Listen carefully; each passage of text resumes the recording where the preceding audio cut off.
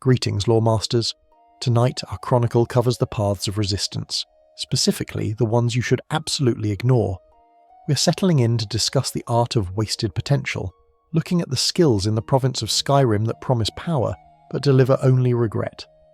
Imagine yourself sitting in the corner of the Candlehearth Hall, the fire crackling against the biting wind outside, a tankard of velvet leathers handy, and a heavy book of stats open on the table. We're going to deconstruct the hero's journey, trimming the fat, and ensuring that when you face the World Eater, you aren't doing it with a pocket full of useless party tricks. Let's be honest, you probably wouldn't survive a trip to Cold Harbour without some serious enchanted gear and a companion to use as bait, so let's optimise your survival odds. So, before you get comfortable, take a moment to like the video and subscribe, but only if you genuinely enjoy what I do here. Also, drop a comment below telling me where you're listening from and what time it is in your corner of Nirn. I love seeing how far these stories travel. Now, dim the lights, maybe turn on a fan for that soft background hum, and let's ease into tonight's journey together. We begin our analysis with the most deceptive skill tree in the entire constellation of the Thief, lockpicking. It sits there, tempting the curious with the promise of unseen riches behind heavy iron doors and ancient Dwemer mechanisms. But in reality, it is a sinkhole for precious perks that could be spent on keeping your blood inside your body. The fundamental issue with lockpicking is that it is one of the few skills in the world of the Elder Scrolls where the player's own manual dexterity entirely supersedes the character's statistical proficiency. You, the entity holding the controller or the mouse, are the true Master Thief, not the Dragonborn. Consider the mechanic itself, the tension of the lock, the subtle vibration or the visual cue of the tumbler resisting the torque of the pick. Whether the lock is a flimsy novice mechanism on a farmer's chest or a master-level barrier sealing away a vampire's hoard, the method remains identical. You rotate, you test, you adjust.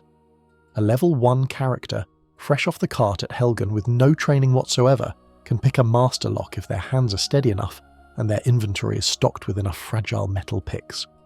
And picks are everywhere. Bandits carry them, shopkeepers sell them for pennies, and they lie scattered across dungeon tables like discarded toothpicks. There is no hard gate preventing entry, only the gate of your own patience. Yet, the constellation beckons with perks that seem helpful, but are upon closer inspection, redundant cousins to the artifacts you are destined to find anyway. Take the locksmith perk, for instance.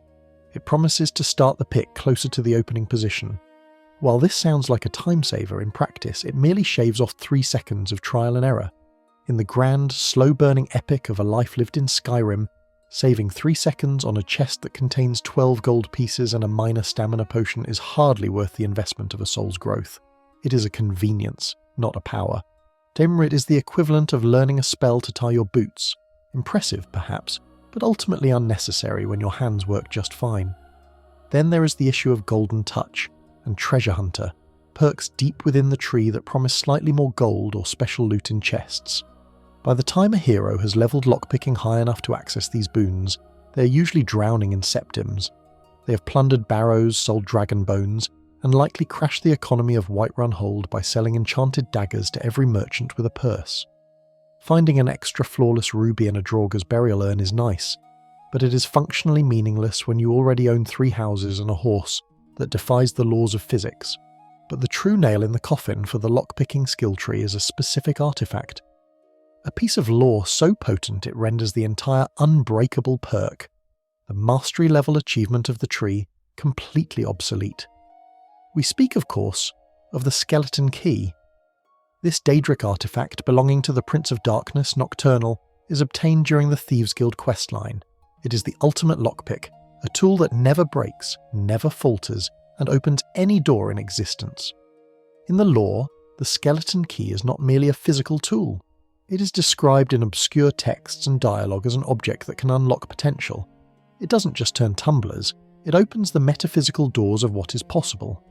Mercer Frey, the treacherous guildmaster, used it not just to rob treasuries, but to unlock his own luck and skill, bending the probability of the world to his favour.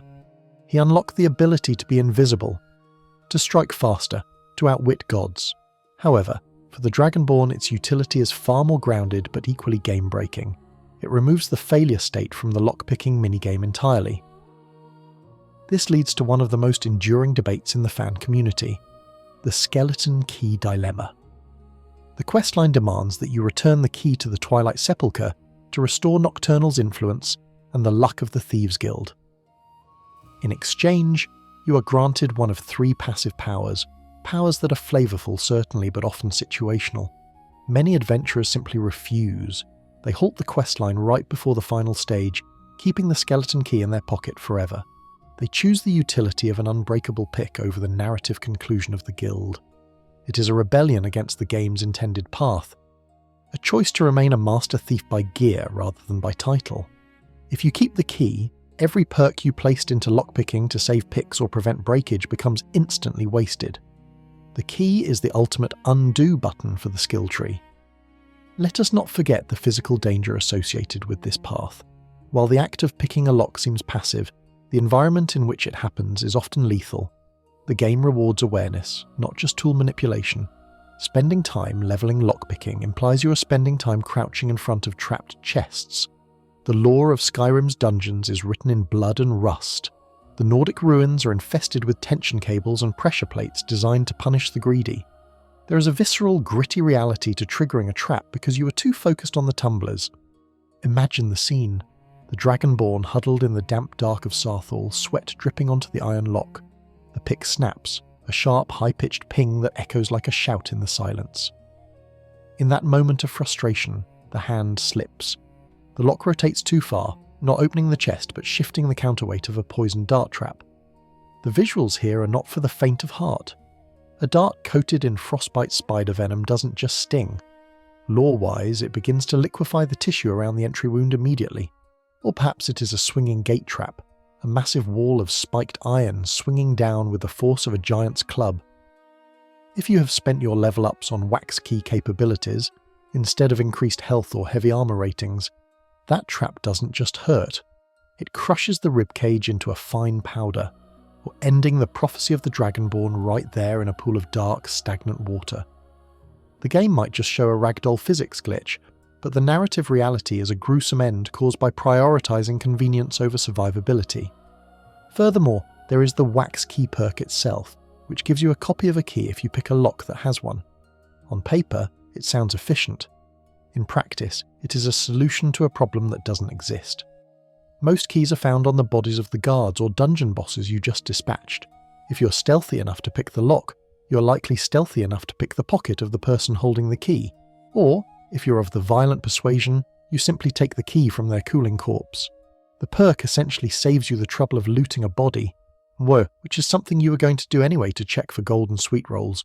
It is a redundancy layered on top of a redundancy. Even the very mechanics of the locks in Skyrim have sparked discussion among scholars of Tamrielic engineering. Have you ever noticed that a lock in a thousands-year-old Dwemer ruin looks and functions exactly the same as a lock on a wooden chest in a bandit camp or a display case in a Jarl's palace? The standardization of security across eras and cultures is a bizarre quirk of the world. Some suggest it's merely gameplay abstraction, but others, the deep lore theorists, suggest that the tumbler system is a universal constant, perhaps a visual representation of the Dragonborn exerting their will upon the world's barriers, rather than a literal mechanical interaction. If that is the case, then leveling the skill is even more futile. You're trying to improve a metaphysical connection that is already governed by your own hands. So, we establish our first rule of the night. Do not waste your precious mental energy or perk points on the lockpicking tree. Rely on your own steady hand. Hoard lockpicks like a dragon hoards gold. They weigh nothing after all. And if you're truly desperate, find the skeleton key and become a squatter in the narrative of the Thieves' Guild, refusing to finish the story so that you may open every display case in the land without fear of a broken tool. The shadow marks carved into the doorframes of Skyrim offer warnings and advice to fellow thieves, and if there were a shadow mark for the lockpicking perk tree, it would undoubtedly be the circle with a line through it. Empty, nothing of value here. The path of the thief is better served by agility and shadows, not by the obsessive study of tumblers. Speaking of shadows, the economy of Skyrim offers its own form of shadows, the murky waters of commerce where silver tongues try to squeeze blood from stones. But as we leave the clicking of tumblers behind, we find that the art of the deal is just as fraught with redundancy as the art of the pick. If the lockpicking tree is a monument to the redundancy of tools, the speechcraft tree is a temple built to solve a problem that solves itself. We move from the shadows of the dungeon to the bustling marketplaces of Solitude and Whiterun, where the air smells of roasted leeks, unwashed wool, and the desperate greed of merchants. Speechcraft, the art of the deal, the silver tongue, the ability to convince a guard that you are not the person they saw murdering a chicken 3 seconds ago. It presents itself as the path of the diplomat, the wealthy magnate who conquers Skyrim not with a sword, but with a purse. In reality, it is a skill tree that teaches you how to haggle for copper coins while you're sitting on a mountain of dragon bones worth a kingdom. The fundamental flaw of the speech constellation lies in the economy of Skyrim itself. In the early hours of your adventure, when you're clad in rough-spun tunics and scavenging apples from barrels, gold feels scarce. You count every septim. You debate whether to buy that iron sword or save up for a spell tome. In this brief window of vulnerability, the haggling perk, which improves buying and selling prices by a percentage, seems enticing. It promises efficiency. It whispers that if you invest here, you will be rich sooner. But let us look at the trajectory of a hero. By the time you reach level 20, the economy of the game breaks completely. You're no longer scavenging, you're an industrial-scale looting machine. You delve into a dwarven ruin and emerge with 300 pounds of solid metal struts, ancient artifacts, and enchanted weaponry. You kill a dragon and harvest its bones and scales, and materials so rare and valuable that a single set could buy a farm in Rorikstead. You become a walking limitless treasury. The problem in the mid to late game is not that you lack gold, or that prices are too high. The problem is that the merchants are too poor to afford you. Investing perks to get 10% better prices is laughable when the merchant only has 750 gold to their name and you're trying to sell a Daedric Warhammer worth 4,000. You end up buying their entire stock of potions, ingredients and iron ingots just to give them enough liquidity to buy one of your items. You aren't haggling, you're practically running a charity for the shopkeepers of Tamriel, redistributing wealth just so you can clear your inventory. And the investor perk attempts to fix this by allowing you to give gold to a merchant to permanently increase their cap. But think about the logic there. You're spending a perk point, a representation of your divine growth, to give a shopkeeper a loan so they can buy your trash. It is a bureaucratic solution to a logistical nightmare, and frankly, it is beneath the dignity of the Dragonborn. There is also the matter of allure, a perk that gives you better prices with the opposite sex. Aside from being a rather outdated mechanic, it is situational at best. Unless you plan your shopping trips based on the gender of the shopkeeper, flying from Belethor in Whiterun to Angeline in Solitude just to save a few percentages, it is a wasted slot. And let's be honest, Belethor would probably sell his own sister for the right price regardless of your charm, a fact he cheerfully admits every time you walk into his dusty, cluttered shop. Furthermore, the game provides a hard counter to the entire speech tree in the form of a specific Daedric artifact. We mentioned Clavicus Vial earlier, the Prince of Bargains. His quest, which usually involves a talking dog named Barbas and a lot of tedious travel, rewards you with the Mask of Clavicus Vial. This heavy helmet is not just a piece of protective gear, it is the ultimate face of capitalism. Wearing it grants a massive boost to prices and persuasion checks. When you wear the mask, you don't need perks. You simply put on the horrific horned visage of a Daedric prince, and suddenly everyone loves you. Prices drop, guards look the other way, and intimidation checks succeed. It renders the persuasion and intimidation perks completely redundant. Why spend years studying rhetoric when you can just wear a magic hat that forces people to like you? It is a grim reality check. In Tamriel, charisma is not a personality trait, it is a piece of equipment. The lore implications of the speech skill are equally fascinating when we consider the Amulet of Articulation. This is an obscure item, often missed by those who do not pursue the leadership of the Thieves Guild to its absolute conclusion. It is a unique amulet given to the new Guildmaster. Lore-wise, it is said to vibrate against the vocal cords, tuning the wearer's voice to a pitch that is universally trustworthy. It is a masterwork of manipulation. However, from a mechanical standpoint, the amulet is famous in the community for being bugged in a way that creates a bizarre debate. Due to a coding quirk, there are 7 different versions of the amulet in the game files, and you receive a random one. Some versions grant a nearly godlike boost to speechcraft, effectively allowing you to pass every single persuasion check in the game automatically, regardless of your skill level. It is the I win button of social interaction. If you possess this amulet, or the mask, or simply a necklace of peerless haggling found in a random chest, the entire perk tree dissolves into uselessness. We must also address the intimidation perk. The fantasy is that you, a hulking warrior clad in dragon boners, can growl at a bandit or a guard and make them back down. The reality is that intimidation checks are rare, and when they do appear, they often just skip a brawl, and here is the secret. Brawling is fun. Why would you want to skip the opportunity to punch a bard in the face, or to teach a disrespectful mercenary a lesson in hand-to-hand combat? Intimidation deprives you of gameplay. It solves a conflict by removing the conflict, turning a dynamic moment into a skipped line of dialogue. Then there is the darker side of commerce in Skyrim, the origin of the goods. We treat the selling of items as a sterile transaction. You open a menu, you click a button, the item vanishes, and gold appears. But imagine the reality. You walk into War Maidens in Whiterun. You dump a pile of fur armour onto the counter. This armour was stripped from the bodies of bandits you just slaughtered in a damp cave. It is sliced, battered, and likely soaked in blood, sweat, and cave grime. There is a disconnect between the speech you use to sell these items and the visceral reality of what they are. You aren't a charming merchant. You're a butcher selling the clothes of your victims. No amount of haggling perks should convince a sane merchant to buy a helmet that still has a piece of a Fulmer's ear stuck inside it. The fact that they do buy it is a testament to the game's suspension of disbelief, but investing in the skill to make them buy it for more money feels like leaning too hard into the absurdity. A prominent fan theory suggests that the Dragonborn is actually a destabilizing economic force, a single entity that causes hyperinflation in the province. By crafting thousands of iron daggers to level smithing, a topic we will touch on later, and enchanting them with banished Daedra, the most valuable enchantment, the player creates a localized economic bubble. The speech skill, then, is not about charisma. It is about forcing the province to accept this worthless currency of enchanted junk. You're effectively printing money.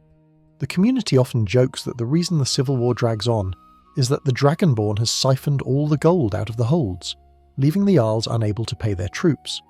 Leveling speech makes you a more efficient economic parasite, draining the lifeblood of Skyrim's trade until every shopkeeper is left with nothing but your discarded daggers.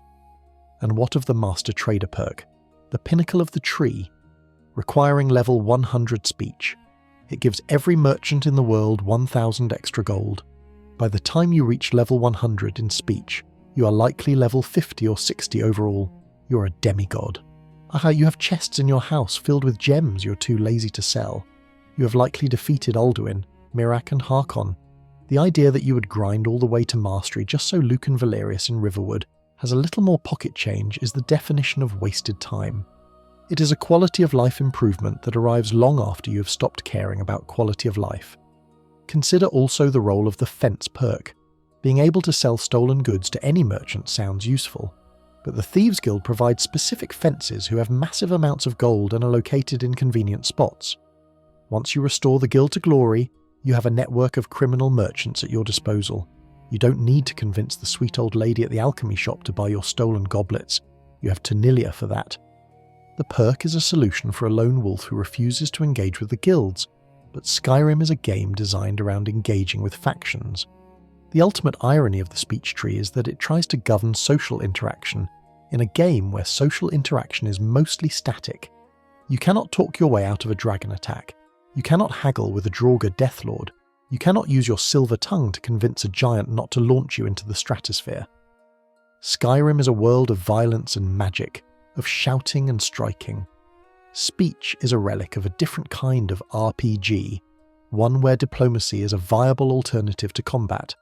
Here, it is merely a way to accumulate a high score in a bank account that has no limit and no purpose, so save your perk points, let your deeds speak for you.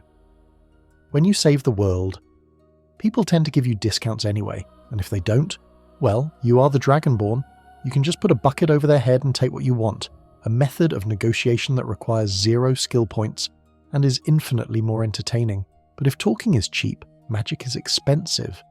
And as we leave the safety of the market for the dangers of the battlefield, we must address the flashiest, loudest, and perhaps most deceptive school of magic, destruction. It promises the power of the elements, the ability to burn, freeze, and shock your enemies into oblivion. But for the high-level mage, the promise of destruction is often a trap that leaves you standing in robes, waving your hands, while a bandit chief with a big hammer explains the laws of physics to your fragile skull. From the quiet disappointment of the marketplace, we turn our gaze to the thunderous disappointment of the battlefield. Destruction magic. It is the archetype we all drift toward at least once. The fantasy is intoxicating. You are a conduit of pure energy, a storm in human form, incinerating armies with a flick of your wrist. You imagine yourself as an unstoppable force of nature, floating above the fray, raining down fire and lightning like a vengeful god. But the reality of high-level destruction in Skyrim is less vengeful god and more stationary target with a sparkler. The specific tragedy we're discussing here is the master-level spell tier. You spend dozens of hours burning mudcrabs and shocking slaughterfish to reach level 100 in destruction. You trek all the way to the College of Winterhold and complete the arduous ritual spell quest for Feralda, which involves travelling to the far corners of the map to interpret vague poetic clues.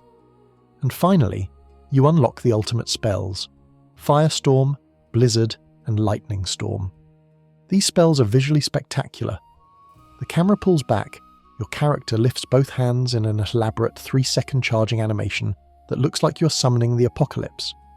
The sound design is incredible, a crescendo of magical potential screaming to be released, and then the reality sets in. While you are stuck in that 3-second animation, unable to move, unable to block, and unable to dodge, every enemy in the room is rushing you. On higher difficulties, particularly legendary, standing still for 3 seconds is a death sentence. A bandit chief with a warhammer does not care about your elaborate hand gestures. He sees a mage standing perfectly still, presenting their unarmoured ribcage as a target. By the time your firestorm is ready to detonate, you have likely been decapitated.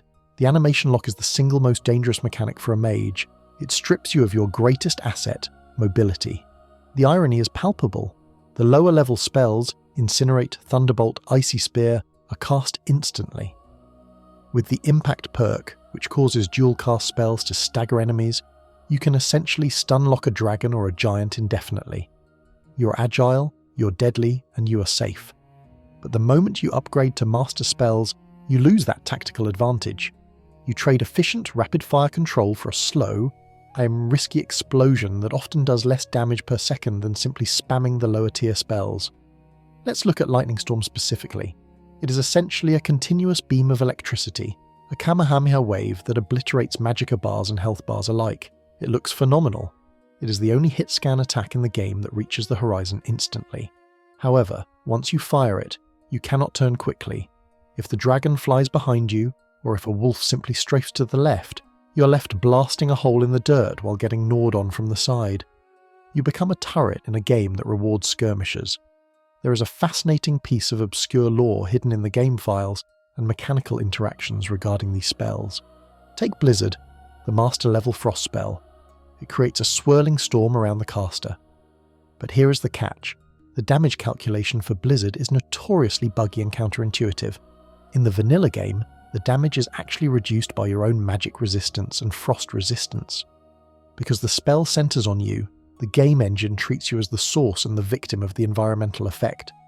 So, if you've been a diligent mage, equipping items to protect yourself from magic, you are actively making your ultimate offensive spell weaker. It is a baffling oversight that punishes you for building a well-rounded character. Furthermore, consider the damage scaling, or lack thereof. This is a core in-game fact that every mage eventually realizes with horror. A warrior can improve their sword at a grindstone, wear enchanted gauntlets to boost damage, and drink a potion to boost it further. A sword that starts at 10 damage can eventually deal 500. Destruction spells, however, have fixed damage values. A fireball deals 40 damage, with perks, maybe 60, with a potion, maybe 90. But that is it. It never naturally evolves to match the health pools of level 80 enemies. The master spells have high base damage, but because they take so long to cast, the damage per second, DPS, is abysmal compared to a warrior just swinging a stick. The community has debated this mage paradox for over a decade. Is it a bug, a balancing decision, or is it a subtle piece of world building? The lore of the Fourth Era suggests that magic is waning. The great wizards of the past, Azidal, Shalidor, Devaithfir, were capable of feats that modern mages can only dream of. Shalidor supposedly built the entire city of Winterhold with a whisper. Azidal, the first great human enchanter, mastered magic that could drive men to madness. Perhaps the weak, static nature of magic in Skyrim is a narrative reflection of this decline. The Nords distrust magic, and perhaps the world itself is becoming resistant to it. You're not playing a bad mage, you're playing in a dying age of magic, or more likely, it's just an oversight in the scaling formulas. But let's pretend it's deep lore, it hurts less that way. The Impact perk deserves its own special mention here as the true master spell. It turns destruction from a damage source into a crowd control tool, but reliance on it creates a boring gameplay loop. You see an enemy, you dual cast, they stagger. You wait a second, you dual cast, they stagger. It is safe, yes, but it feels less like a chaotic battle of elements, and more like a rhythm game. The master spells were supposed to break this monotony, to offer a nuke option. Instead, they offer a suicide option. There is also the matter of friendly fire. Firestorm is an omnidirectional blast. If you have a follower, Lydia perhaps burdened with your sworn burdens, and you cast Firestorm in a dungeon room, you are going to roast her. If you have a summoned Atronak, you might destroy it. If you're in a town defending against vampires, you might hit a chicken, earning you a bounty and the wrath of every guard in the hold. The spell is too messy for the precise nature of most combat encounters. You are a surgical instrument in a world that requires a hammer, but this spell is a grenade that hurts everyone, including you. Let's talk about the wall spells for a moment. Wall of Flames, Wall of Storms. These expert-level spells spray a hazard on the ground. They are intended to create zones of denial, but enemies in Skyrim are not coded to fear these zones. A bandit will happily run through a wall of fire to hit you. The damage tick rate is too low to stop them. Unless you are exploiting the pathfinding AI, by standing on a rock they can't reach, these spells are effectively pretty floor decorations. They light up the dungeon nicely, but they won't save your life. Then there is the ultimate insult, the magicka cost. Master spells drain your reserves instantly. If you miss, or if the enemy is resistant, you are left with 0 magicka, standing in robes made of cloth, in front of an angry Draugr. You have no stamina to sprint away because you haven't leveled it. You have no shield. You're just a person in a dress who just failed a magic trick. The specific disintegration perk in the shock tree is another point of contention. It sounds cool. Enemies below a certain health threshold turn to ash. But have you ever tried to loot an ash pile in tall grass or in a dark swamp? The body disappears, leaving a tiny grey pile of dust that is often impossible to find. You lose the loot. You lose the gold. You lose the satisfaction of seeing the ragdoll physics launch the bandit off a cliff. You are paying a perk point to make your looting experience more frustrating. And let us not forget the dragon priests. These ancient liches are the true masters of destruction. They float, they possess massive magicka pools, and they spam spells with relentless accuracy. When you face one, you realise what destruction is supposed to look like. They don't use the master spells, they use the expert ones. Incinerate, Thunderbolt. Even the eye knows that the master spells are a trap. If the ancient undead wizards who have studied magic for thousands of years aren't using Firestorm, why are you? So, what is the lesson here? Destruction is viable, but only if you ignore the destruction of it all. You become a staggerbot relying on the impact perk and ignoring the flashy high-tier spells that the game presents as the ultimate reward. You are not a master of the elements, you are a master of interruption. If you want true power, you look elsewhere. You look to the subtle arts. You look to the skills that manipulate the rules of the game rather than trying to brute force them with fire, but sometimes the subtler arts are just as laughable. Sometimes the skills that promise stealth and finesse are actually just gimmicks wrapped in a cloak of shadows. We move now from the explosive failure of fire to the quiet absurdity of theft. Specifically, the art of taking things that don't belong to you, or more amusingly, giving things back. The Pickpocket tree offers a mechanic so hilarious yet so impractical that it deserves its own chapter in the Book of Wasted Time. From the explosive disappointment of high-level magic, we descend into the quiet, crouching absurdity of the Pickpocket tree. Specifically, we are looking at a mechanic that sits at the intersection of hilarious party trick and tactical failure. We're talking about the Poisoned perk, accessible once you have levelled your thievery to level 40. The description is simple. Silently place poisons in other people's pockets to harm them. On paper, this sounds like the ultimate assassin's tool. It evokes the image of a phantom, a whisper of death who slips a vial of hemlock into a target's wineskin or dusts their collar with contact toxin. It is the method of the Morag Tong, the sophisticated killer. But in the stark mechanical reality of Skyrim, it functions more like a Looney Tunes gag. You crouch behind a heavily armoured bandit chief, open his inventory, and slide a bottle of highly corrosive liquid into his trousers, and then you wait. The fundamental issue with this perk is, once again, the economy of time. To execute a reverse pickpocket assassination, you must first remain undetected. You must approach the target, often in a well-lit room or a crowded dungeon corridor. You interact with them, pausing the game to open a menu. You scroll through your inventory, which, let's be honest, is a chaotic mess of cheese wheels, dragon bones, and 300 miscellaneous potions, to find the specific poison you want to use. You select it, confirm the transfer, and then exit the menu. Then you have to wait for the poison's damage over time effect to tick down the enemy's health bar. Compare this to the alternative available to any character with a dagger and the Assassin's Blade perk from the Sneak tree.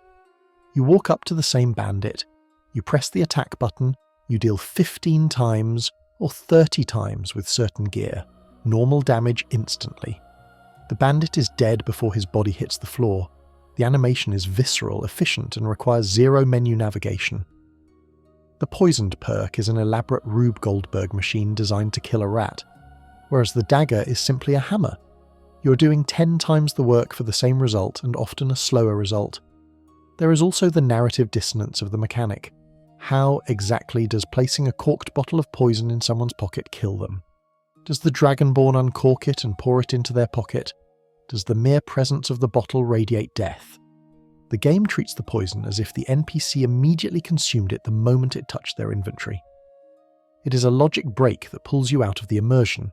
You aren't playing a master assassin, you are playing a prankster whose pranks happen to be lethal. However, we must address the Jaren root exception, a piece of lore and gameplay that creates the only viable use case for this skill, and even then it is a tragic one-off. During the Dark Brotherhood questline, specifically the mission to kill an empire, you are given a single sample of Jaren root. This is a rare plant found only on the island of Stros Mackay. In the lore, it is described as being so potent that even the fumes can be fatal. In the game, it can be crafted into a poison that deals thousands of points of damage, enough to instantly kill almost anything in the game, including Karstag or the Ebony Warrior. If you save this root and combine it with the Poisoned perk, you have a single, tactical nuclear weapon in your pocket. You can reverse pickpocket this specific poison onto a boss and watch them crumble instantly. It is satisfying, yes, but it is a resource you get exactly once. Basing an entire character build around a consumable item that appears one time is the definition of poor planning. Once the Jaren root is gone, you're back to stuffing weak frostbite spider venom into people's pants and watching their health bar tick down by 5 points a second while they turn around and detect you. The detection mechanics themselves are another reason to avoid this path. Pickpocketing is governed by a percentage chance, visible at the bottom of the screen. Even at level 100 with all perks, the maximum chance to succeed is capped at 90%. There is always a 10% chance of failure, a critical miss built into the engine.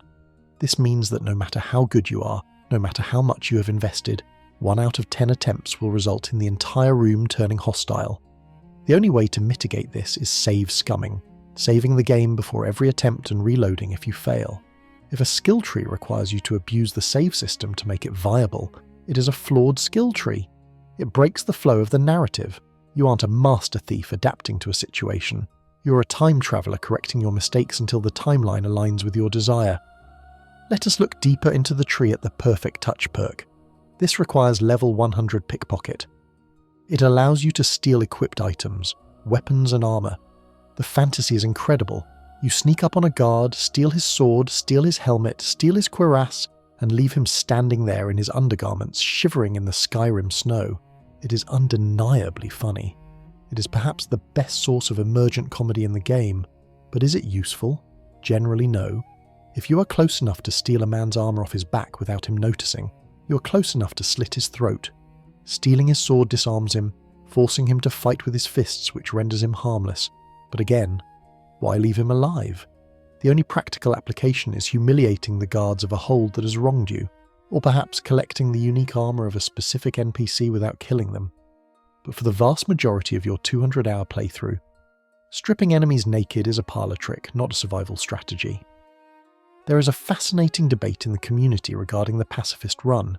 Players attempt to beat the main quest without registering a single kill in their statistics menu.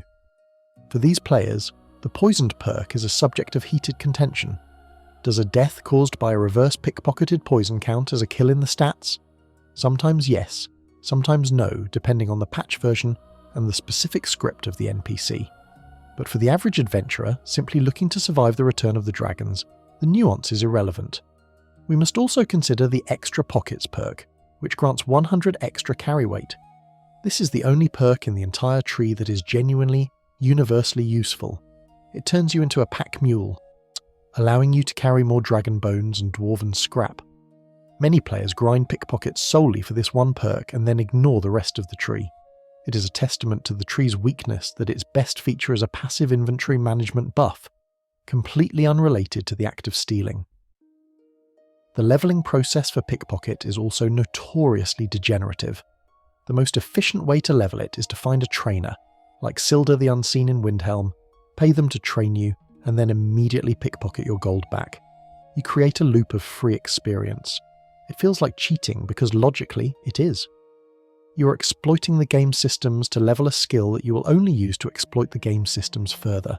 It is a hollow victory. Furthermore, the Keymaster perk in this tree, similar to the lockpicking tree's wax key, allows you to make keys to almost any door. But again, keys are physical items that weigh nothing. You can just take the key. Why do you need a perk to facilitate taking a key when the act of taking the key is already the core mechanic? It creates a redundancy that feels like filler material for the perk constellation. Fan theories regarding the Thieves Guild suggest that the decline of the guild, prior to the Dragonborn's arrival, was due to a loss of true skill, replaced by a reliance on luck and brute force. The pickpocket tree reflects this. It is a skill set for a thief who wants to play with their food rather than eat it. The true master thief, the Nightingale, strikes from the shadows or bypasses the threat entirely, and they do not crouch for 30 seconds trying to navigate a menu to place a paralysis poison, only to have the guard turn around because the 90% cap failed. There is one specific interaction that highlights the absurdity of this skill, the bribery loop. You commit a crime, a guard stops you, you use the speech skill to bribe them, they look the other way, you then immediately crouch and pickpocket the bribe money back. The guard, who just accepted a payout to ignore a murder, apparently does not notice that his purse is suddenly lighter. It highlights the artificial intelligence limitations of the engine. The guard is a collection of scripts, not a person. Leveling pickpocket pulls back the curtain on this artificiality more than almost any other skill. It turns the NPCs into containers rather than characters. Also, consider the cut purse perk. It makes stealing gold easier. By the mid-game, gold is meaningless. You are the Thane of every hold. You own property. You have tens of thousands of septims. Stealing 20 gold pieces from a beggar is not just morally dubious, it is a waste of your real-world time. The animation of checking the pocket takes longer than the value of the gold you acquire. In the end, the pickpocket tree is a trap for those who love the idea of being a trickster god, but forget that Skyrim is a land of Vikings and dragons. It offers laughs, certainly. There is joy in stealing the clothes off a jarl, or planting a frenzy poison on a wedding guest, but these are moments of levity, not power. When you are deep in Skuldafn, you are facing high-level Draugr Deathlords who do not have pockets in the traditional sense and are immune to poison. You will wish those perk points were in one-handed or block. You cannot pickpocket a dragon. You cannot plant poison on a mechanism. You cannot steal the armour off a flame atronach. The skill fails the ultimate test, universality. A sword works on everything. A fireball works on almost everything. Pickpocket works on a very specific subset of humanoid NPCs who happen to be non-hostile enough to let you get close, or oblivious enough not to notice you. In a game defined by combat against monsters, it is a skill designed for harassing townsfolk.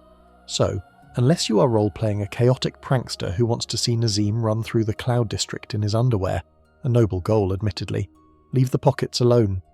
Stick to the shadows, stick to the blade, and leave the inventory management for the merchants. But if we are going to talk about skills that fail to deliver on their promise of power, we must turn to the warrior's path. We leave the finesse of the thief and look at the brutal, heavy-handed world of the two-handed weapon. It should be the ultimate display of dominance, a massive hammer crushing armour like tin foil. But, as we will see, the mechanics of the War Master and the clunky nature of the swings often leave the mighty barbarian swinging at air while the nimble enemy dances away. Leaving the finesse of the thief behind, we turn our gaze to the path of the brute. We trade the delicate lockpick for the massive slab of iron, the subtle poison for the crushing weight of the warhammer. The two-handed skill tree stands as a monument to the Nordic ideal. Why solve a problem with words or magic when you can simply flatten it? It is the archetype of the barbarian, the stormcloak rebel, the companion. But for all its promised glory, the pinnacle of this skill tree, the War Master perk, is a masterclass in clumsy design and unreliable inputs. The fantasy of the two-handed warrior is one of unstoppable momentum. You imagine yourself wading through a sea of imperial soldiers, your great sword cleaving through ranks like a scythe through wheat. The reality, however, is often a series of slow, agonizingly long wind-up animations that leave you exposed to every interrupt, stagger and arrow in the province. And at the very top of this mountain of slow swings sits War Master, a perk that requires level 100 in two-handed and promises a 25% chance to paralyze the target with a backward power attack. Let's break down the mechanical failure here. Backward power attack. In the heat of combat in Skyrim, you're almost always pressing forward. You're closing the gap. You're chasing a fleeing mage. You're pushing into the shield of a Draugr. To trigger War Master, you must stop your forward momentum, pull the control stick or press the S key backward, and hold the attack button. It is a counterintuitive input that goes against every instinct the game has taught you for the previous 99 levels. It feels less like a fluid combat maneuver and more like trying to execute a specific combo in a fighting game while playing with oven mitts on. And what is the reward for this awkward dance? A 25% chance to paralyze. 1 in 4. That means 3 out of 4 times you perform a slow, cumbersome overhead smash that does nothing special, while the enemy likely sidesteps and stabs you in the kidney. Compare this to the alchemy we just discussed. A simple paralysis poison applied to a weapon has a 100% success rate. Or the paralyze spell in Alteration. Relying on a 1 in 4 chance for your ultimate move is bad math. It is gambling with your life bar. Furthermore, the paralysis effect itself can be detrimental. When an enemy is paralyzed, they fall over. Their hitbox changes instantly from a vertical standing target to a horizontal prone target. If you are mid-swing with a great sword, your blade will often pass harmlessly through the empty air where their head used to be. You have successfully crowd-controlled the enemy, but you have also crowd-controlled yourself out of landing the follow-up hit. You have to look down, readjust your aim, and wait for the next slow swing to connect. It disrupts the rhythm of combat rather than enhancing it. There is, however, one perk in this tree that is genuinely powerful, perhaps too powerful for its own good: Sweep. Available at level 70, it allows sideways power attacks to hit all targets in front of you. It is the only true multi-target melee attack in the game. It feels incredible to hit 3 bandits at once. But this creates a new problem: friendly fire. If you have a follower, let's say Fendal or Serana, and you unleash a sweep in a narrow dungeon corridor, you're going to hit them, and because you're wielding a weapon that does 300 damage, you're going to put them on their knees instantly. The two-handed warrior is the loneliest class because bringing a friend means eventually killing that friend by accident. We must also touch on the weapon types themselves. The game distinguishes between greatswords, fastest, least damage, battle axes, middle ground, bleeding damage, and warhammers, slowest, most damage, armor piercing. The limb splitter, deep wounds, and skull crusher perks specialize in these, but the math behind them is often disappointing. Skull crusher allows warhammers to ignore armor, i.e. this sounds amazing until you realize that very few enemies in Skyrim actually have significant armor ratings. Dragons have 0 armor rating. They are just big bags of health. Draugr wear rotting leather or ancient Nord iron that provides negligible protection. Mages wear cloth. The armor-piercing mechanic is solving a problem that doesn't really exist for 90% of the enemies you face. You are piercing paper. This leads us to a specific piece of obscure lore and mechanics, the Longhammer.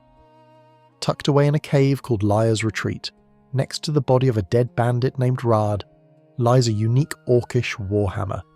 It is not enchanted in the traditional sense, but it has a unique property. It weighs significantly less than a standard warhammer. Because swing speed in Skyrim is partially calculated based on weapon weight, the Longhammer swings as fast as a mace. This one weapon invalidates the entire balance of the two-handed tree. It has the damage of a heavy weapon but the speed of a one-handed weapon. It has higher DPS, damage per second, than even Daedric or Dragonborn weapons if you temper it correctly. It is a glitch in the Matrix, a weapon that proves how clunky the standard two-handed weapons are by simply not being one of them. If you aren't using the Longhammer, you are swinging in slow motion. Then there is the legendary Wuthrad, the Axe of Ysgramor. Lore-wise, this is the weapon that drove the Snow Elves, the Fulmer, out of Skyrim. It is a symbol of genocide and triumph. In-game, it deals extra damage to elves. However, due to a quirk in how the game classifies elves, this damage bonus applies to a surprising number of enemies. High elves, wood elves, dark elves, Fulmer, and even orcs, who are technically awesomer or pariah folk. But here is the kicker. Wuthrad's effect is not considered an enchantment in the base game code. This means, unlike other unique weapons, you can use the Elemental Fury shout with it. Elemental Fury increases attack speed dramatically. A two-handed warrior with Wuthrad and Elemental Fury becomes a blender, but this relies on a shout, not the skill tree. The skill tree itself offers nothing to match this synergy. You are relying on external magic to make the weapon viable. A major point of contention in the community is the Greatsword versus Warhammer debate. Fans argue endlessly about whether the bleed damage from axes is better than the crit chance from swords. The reality is that both are negligible. The bleed damage from Limb Splitter does not scale well into the late game. Dealing 3 extra points of bleed damage per second to a legendary dragon with 4,000 health is like trying to drain a lake with a spoon. The perks promise specialization, but the math under the hood reveals them to be minor flavor text rather than distinct playstyles. The animations also suffer from a lack of variety. Whether you are level 1 or level 100, your character swings the weapon the same way. There is no sense of growing mastery, no new forms or stances, you just swing harder. Compare this to modern action RPGs, where weapon mastery unlocks new movesets. Skyrim's two-handed tree feels archaic, a relic of a time when bigger number was the only form of progression. And let's not forget the stamina cost. Power attacks with two-handed weapons drain stamina swiftly. If you miss, which you will, because enemies in Skyrim have an uncanny ability to sidestep or interrupt you with a shield bash, you're left with no stamina. No stamina means no sprinting, no more power attacks, and crucially, no blocking. Yes, you can block with a two-handed weapon, but it is less effective than a shield. Without stamina, you can't even do that effectively. You become a sitting duck, a very large, very angry sitting duck holding a stick. There is also the defensive problem. When you commit to a two-handed swing, you are locked in. You cannot cancel the animation to block. If a dragon decides to bite you mid-swing, you take the hit. Or if a mage casts a fireball, you eat it. The one-handed style allows for a shield or a healing spell in the offhand, providing active mitigation. Two-handed relies entirely on the philosophy of kill them before they kill me. On higher difficulties, where enemies are damage sponges, this philosophy falls apart. You cannot one-shot a legendary dragon, which means you are stuck in a prolonged trade of blows where you have no defense and they have infinite health. Ultimately, the two-handed tree is a trap for those who love the aesthetic of the barbarian, but don't realize the mechanical disadvantage they're accepting. It is fun, yes. There is a primal joy in the kill cam finishing moves, slamming a hammer into a bandit's chest or decapitating a vampire. But these are cinematic rewards, not tactical ones. You're paying for style with efficiency.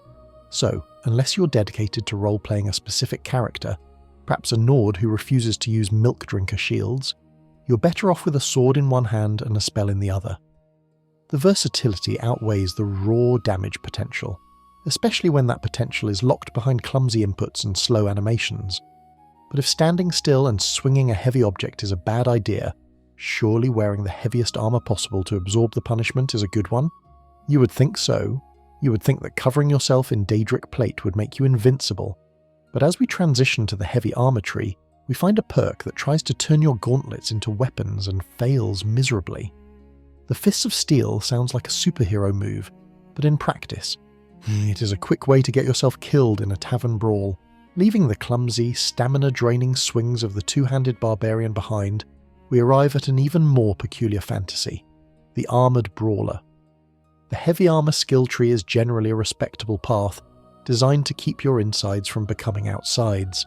It turns you into a walking fortress, a juggernaut of Daedric plating that shrugs off arrows and dragon fire.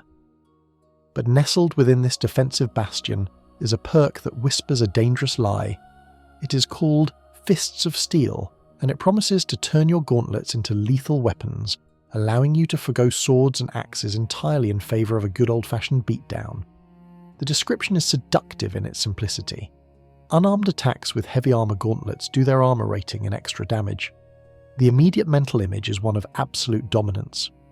You picture yourself as a mountain of iron, wading into a bandit camp and shattering jaws with a single backhand, like an irritated god swatting flies.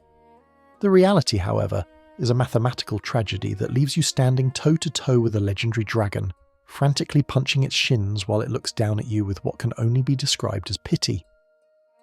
To understand why this perk is a trap, we must look at the cold, hard numbers that govern the damage calculation in Skyrim. The perk adds the base armor rating of the gauntlets to your unarmed damage. Note the word base. This means it does not account for your heavy armor skill level, your juggernaut perks, or any smithing improvements you've made at a workbench.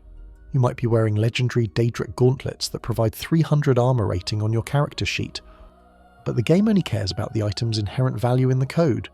For Daedric gauntlets, the base armor rating is 18. That is 18 points of damage. Add that to the base unarmed damage of a non-beast race, which is 4, and you're dealing a staggering 22 damage per hit. To put that into perspective, an iron dagger, the literal worst weapon in the game, can easily outdamage your fist with a single upgrade. A high-level Draugr Deathlord on Master difficulty has over 1,000 health points. Do the math. You're committing to punching a rotting, undead warrior 50 to 60 times to kill him. Meanwhile, he is swinging an ebony battle axe that can kill you in 3 hits. It is not a fight, it is a suicide by attrition. There is a tragic figure in the game who serves as a living, dying warning against this build. Deep in the Ratway beneath Riften, past the Skeevers and the low-level thugs, lives a man named Gian the Fist. He's a unique NPC, a moody brawler who has made his home in the sewers. He wears the gloves of the pugilist, a unique item enchanted with Fortify Unarmed. He is the game's designated monk archetype. And where is he? Living in filth, guarding a bedroll in a damp tunnel. Gian represents the ceiling of the unarmed build. He didn't become a Jarl. He didn't save the world. He ended up punching rats in a sewer because that is about all his fists could handle. When you kill him, which takes about 2 seconds because he brings fists to a sword fight, you can take his gloves. Disenchanting them allows you to apply the Fortify Unarmed effect to rings and other gauntlets. Players who are desperate to make Fists of Steel work will exploit the Restoration Loop glitch to create rings that add thousands of damage, effectively breaking the game to force the build to be viable. But if you have to shatter the game's code to make a perk work, the perk itself is fundamentally broken. The Khajiit race offers a stark contrast here. Their racial passive, Claws, grants them 15 base unarmed damage, later increased in certain versions. A level 1 Khajiit already hits nearly as hard as a high-level orc with the Fists of Steel perk. It renders the perk redundant for the beast races and insufficient for the human ones. You're spending a precious perk point to mimic the natural biology of a cat, and doing a poor job of it. However, there is one reason, and one reason only, yes, why players persist with this folly: the kill cams. The animators at Bethesda clearly had a lot of fun with unarmed combat. If you manage to whittle an enemy's health down to the critical threshold, the game triggers a cinematic finisher that is wildly out of place in a high fantasy setting. You might see your Dragonborn perform a perfect German suplex on a bandit, slamming them into the cobblestones. You might see a curb stomp or a chokehold that snaps the neck. These animations have sparked a long-running community joke about the Dragonborn pro wrestler. Fans theorise that the Dragonborn possesses knowledge of lost Akaviri martial arts, or perhaps that suplexing is just a traditional Nord greeting gone wrong. There is something undeniably satisfying about grabbing a farmer and powerbombing it off a Dwemer bridge. But to see these animations, you have to get the enemy to low health first, and doing that with 22 damage per hit is an exercise in tedium that usually ends with you reloading your last save. The heavy armour tree itself also suffers from a painful levelling mechanic. To level heavy armour, you have to get hit. You have to stand there and let enemies beat on you. This creates a perverse gameplay loop where, to get stronger, you have to play badly. You have to forego blocking, forgo dodging, and just act as a damage sponge. By the time you reach level 30 or 40 in the skill, you have spent hours just standing in front of mud crabs letting them pinch your shins. And what of the conditioning perk? This creates a bizarre physics interaction. The perk makes worn heavy armour weigh nothing and not slow you down. It is arguably the best perk in the tree, effectively turning heavy armour into light armour with better stats. But it contributes to the Fists of Steel uselessness. If you're moving faster, you should be using that mobility to flank and strike with a weapon.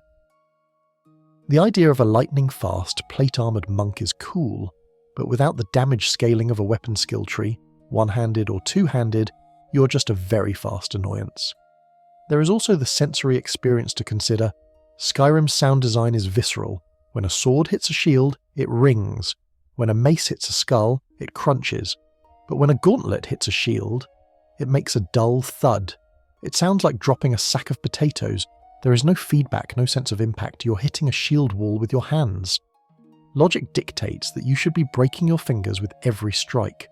The Fists of Steel perk implies your gauntlets are weapons, but the game treats them as blunt instruments with no weight behind them. Furthermore, the perk does not interact with other systems.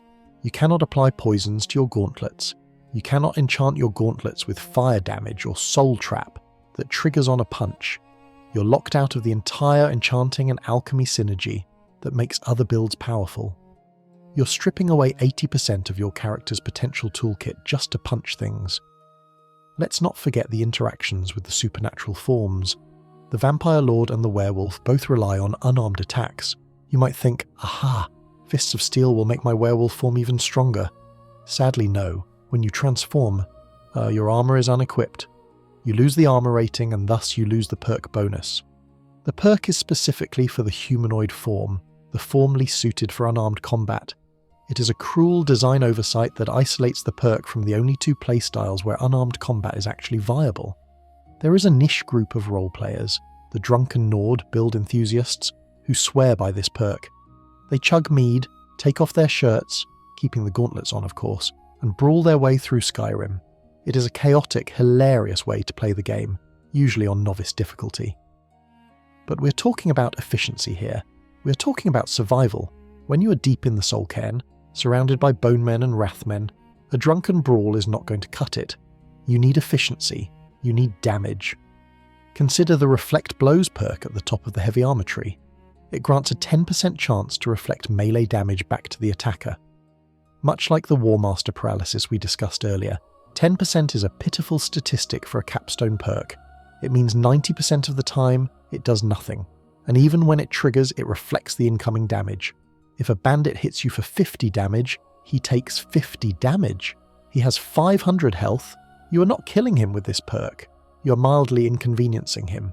It is a passive, unreliable benefit that pales in comparison to the active mitigation of a shield or the crowd control of illusion magic.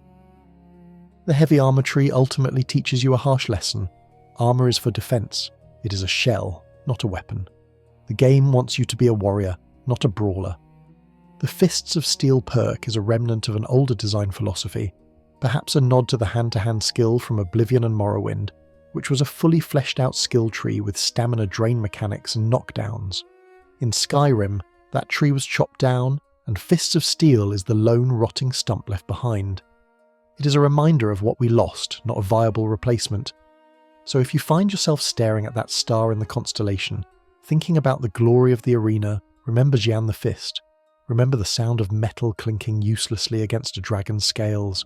Put a sword in that hand, or an axe, or a spell, anything is better than the hollow promise of the Iron Fist. But if trusting your gauntlets to kill enemies is a bad idea, surely trusting magic to keep you alive is a safe bet. We turn now to the School of Restoration. A valid school of magic, certainly. Healing is essential. But there is a subset of this school, the ward spells, that are designed to be magical shields. And as we will see, they are perhaps the most inefficient use of magicka in the entire history of the arcane arts. Leaving the bruised knuckles and broken dreams of the unarmed brawler behind, we turn to the arcane arts. Specifically, we look to the School of Restoration. Now, before Colette Marantz hunts me down to leave a passive-aggressive note in my bedroll, let me clarify. Healing magic is essential. Close wounds and grand healing are the lifeblood of any long-term survival strategy. However, there is a specific subset of this school that acts as a magicka sinkhole so deep it threatens to swallow your entire build. The ward spells. Wards are magical shields, shimmering barriers of light that you project in front of you to block incoming spells and add a meagre amount of armor rating. The fantasy is undeniable. You picture yourself as a dual-wielding battle mage, one hand casting thunderbolts, the other holding a steady wall of force that deflects dragonfire like water off a duck's back. It is the classic wizard duel imagery. The reality, however, is that wards are the most mathematically inefficient way to survive in Skyrim. The first crack in the facade appears during the very first lesson at the College of Winterhold. Tolfdir, the absent-minded but lovable master of alteration, who is teaching a restoration lesson for some reason, asks you to cast a lesser ward so he can shoot a fireball at you. It is meant to be a tutorial. Instead, it is often a lesson in humiliation. You cast the ward. Your magicka bar immediately begins to plummet. Tolfdir stands there, monologuing, waiting for the script to trigger. By the time he finally winds up his throw, your magicka is gone. The ward shatters, and you take a fireball to the face. It is the game telling you, right out of the gate, that this mechanic is not sustainable. The core issue is the cost-to-benefit ratio. A lesser ward drains approximately 34 magicka per second to block about 40 points of spell damage. A standard firebolt from an enemy mage does around 25 damage. If you hold the ward for 2 seconds waiting for them to cast, you have spent nearly 70 magicka to block 25 damage. Compare this to the fast healing spell, which heals 50 points of health for a flat cost of around 70 magicka, less with perks. Mathematically, it is almost always more efficient to let the enemy hit you and then heal the damage than it is to try and block it. In Skyrim, your health bar is a resource, your magicka bar is your ammunition. When you use a ward, you're burning your ammunition to protect a resource that you can cheaply replenish later.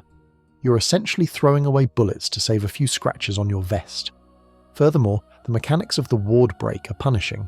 If a spell hits your ward that exceeds its strength, which happens frequently on higher difficulties, the ward doesn't just fail, it staggers you. You reel back, unable to move or cast, leaving you wide open for the follow-up attack. You're paying magicka to stun yourself. A physical shield does not consume stamina just by holding it up, only when blocking a hit. A ward consumes your reserves simply for existing. It is a taxi meter that runs even when you aren't moving. There is a perk in the restoration tree called Ward Absorb that attempts to fix this. It allows your wards to absorb magicka from incoming spells. On paper, it sounds like the solution. The enemy's attacks fuel your defense, but in practice, you still have to pay the upkeep cost of the ward before the spell hits you. If you mistime the block or if the enemy delays their attack, you drain yourself dry before the recharge can happen. It requires a level of precise timing that the game's somewhat floaty combat system doesn't really support. This brings us to the glass cannon paradox. Mages in Skyrim rely on overwhelming offense because they lack physical defense. If you are channeling a ward with one hand, you are halving your offensive output. You are prolonging the fight, and in a game where enemies have massive health pools, prolonging the fight favors the enemy. A dead enemy deals 0 damage. A thunderbolt to the face is a much better defensive tool than a magical shield because it removes the threat entirely. But the final nail in the coffin for the ward spells is a specific Daedric artifact that renders the entire concept obsolete: Spellbreaker. This dwarven shield, rewarded by the Daedric Prince Periite, is unique. When you block with it, it automatically casts a ward for 0 magicka cost.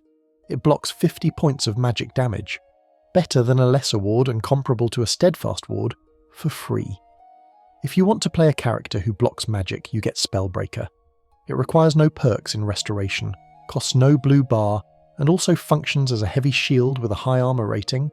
The existence of this one item invalidates the entire ward branch of the Restoration tree. Why spend 20 years studying at the college to learn how to hold a magical barrier when you can just pick up a piece of metal that does it for you? Lore-wise, Colette Morance is the face of this insecurity. She is the Restoration master at the college, and her dialogue is famously defensive.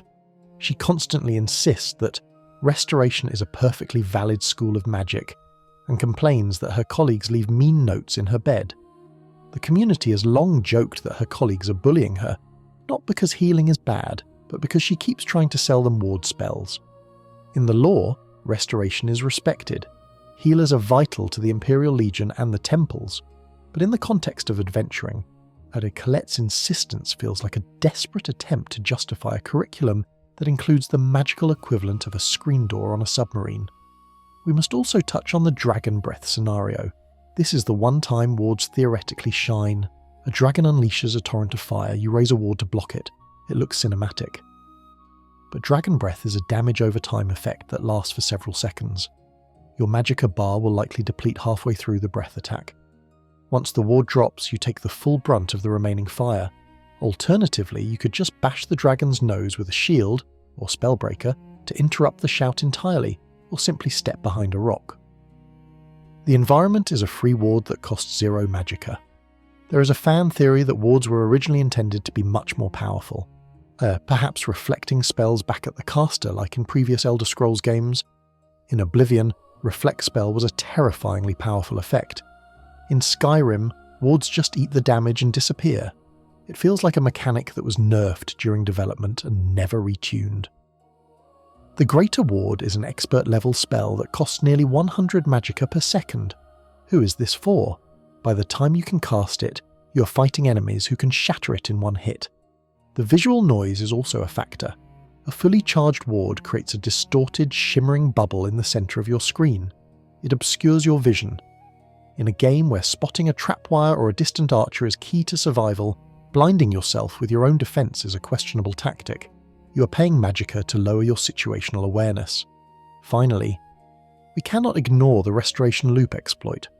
Restoration is famous in the community not for its intended use, but for a glitch that allows players to create potions of Fortify Restoration, which the game code incorrectly applies to enchanted gear. This allows players to create game-breaking stats, swords that do millions of damage, health pools that are effectively infinite. This is the only time Restoration feels powerful in a proactive sense. But notice that this has nothing to do with wards. The school's greatest fame comes from breaking the game's math, not from using its intended defensive spells. So, listen to Colette. Restoration is valid, healing is valid, turning the undead is situational but fun. But wards? Leave them to the NPCs.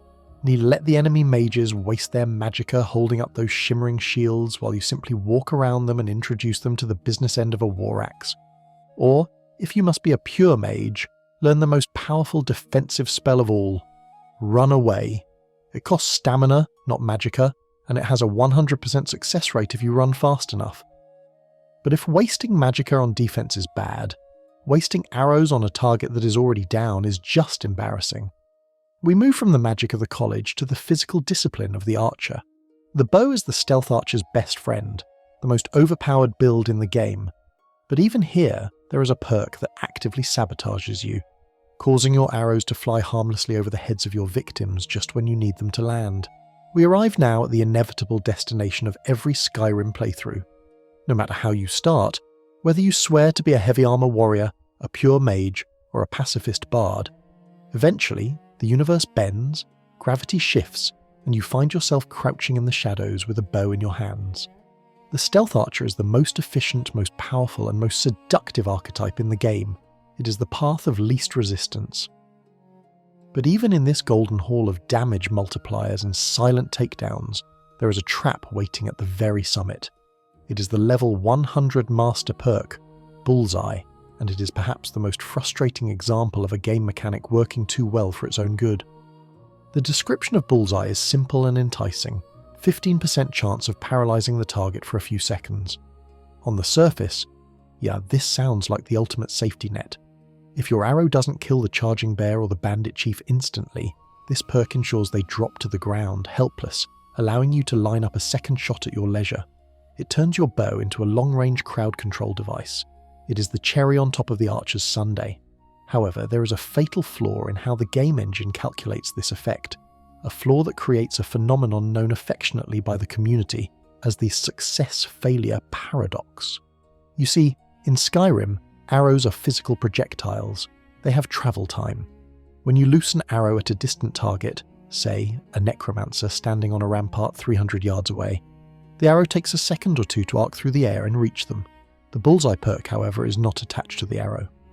It is attached to the act of shooting. The moment you release the bowstring, the game rolls the dice for that 15% chance.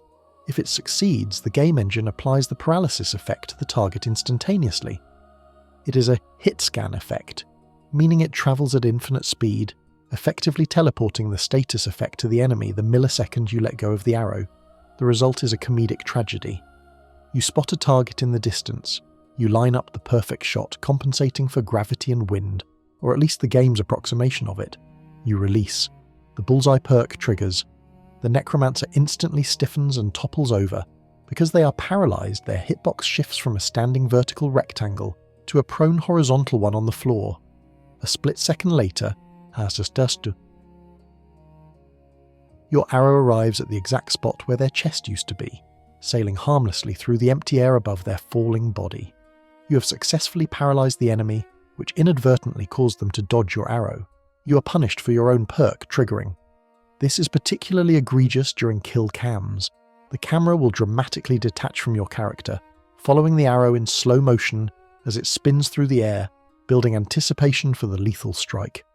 You watch, in agonizing high definition, as the target flops to the ground like a sack of flour just before the arrow reaches them. The camera lingers on the arrow sticking into the stone wall behind them, a monument to a shot that was technically perfect but practically useless. This issue is exacerbated by distance. The further away you are, the preferred range of the stealth archer, the more time there is for the paralysis animation to play out before the projectile arrives. If you're shooting point blank, the arrow hits before they can fall. But if you're sniping, which is the entire point of the build, bullseye is actively lowering your accuracy. You're essentially rolling a 15% chance to miss automatically. Mechanically, this forces a change in playstyle that defies logic. Instead of aiming for the centre of mass, high-level archers with this perk often have to aim for the knees or feet, hoping that if the paralysis triggers, the arrow might still catch the falling hitbox. Or, more commonly, they simply console command the perk away, or use mods to fix the script timing. But for the vanilla player on a console, this is a permanent handicap disguised as a reward. Let's contrast this with the Ranger perk, available at level 60. Ranger allows you to move faster with a drawn bow. It is arguably the best perk in the tree, offering tactical mobility and fluidity. It feels great. It works perfectly. It encourages dynamic combat. Bullseye, the supposed superior skill at level 100, feels like a regression. It takes the control out of your hands and gives it to a random number generator that doesn't understand physics. We must also discuss the redundancy of the paralysis effect itself. By the time you reach level 100 in Archery, you are likely dealing massive damage. With a refined Dragonborn bow, Daedric arrows, and Fortify Archery enchantments on your gear, you're one-shotting almost everything. If you shoot a bandit and he dies instantly, the paralysis effect is irrelevant. If you shoot a dragon, it is immune to paralysis anyway, so the perk is only useful against high-health, non-immune enemies like giants or mammoths, precisely the enemies you're sniping from a distance, where the glitch is most likely to occur. There is a location in the Gerald Mountains, high in the snowy peaks south of Falkreath, called Angie's Camp. It is a humble, unmarked location where a woman named Angie lives in isolation. If you find her, she offers to teach you archery, not through a menu, but through an actual mini-game. You have to shoot targets she sets up in a specific order and within a time limit. It is one of the few instances of genuine skill training in the game. Completing her training rewards you with several levels of archery skill and her unique bow, Angie's bow. Lore-wise, Angie is a tragic figure. She fled society because she killed 2 Imperial soldiers who had killed her family. She lives by the bow, surviving the harsh elements. Her teachings emphasize patience, accuracy, and composure. It is ironic that the ultimate lesson of her school, precision, is completely undone by the bullseye perk. Angie teaches you to hit the target. The level 100 perk teaches you to knock the target over so you can't hit it. It feels like a betrayal of the skill's narrative arc. The community has long debated the stealth archer phenomenon. Why do we always end up here? The consensus is that Skyrim's combat is dangerous and clunky. Melee combat often results in taking unavoidable damage. Magic is resource-intensive. Archery offers the ability to deal damage without ever being in danger. It is the safe path. Bullseye, in a strange way, breaks this safety. If your shot misses because of the paralysis glitch, the enemy's alerted. They get up. They start looking for you. The perk that was supposed to incapacitate them has instead initiated combat on their terms. Consider also the Hunter's Discipline perk, which allows you to recover more arrows from dead bodies. This is a quality of life perk that becomes useless in the late game. Why? Because by the time you unlock it, you have thousands of arrows. You're likely crafting hundreds of dwarven arrows just to level smithing. You don't need to recover them. The economy of arrows is broken, but at least Hunter's Discipline doesn't make you miss. It is useless, but harmless. Bullseye is actively harmful.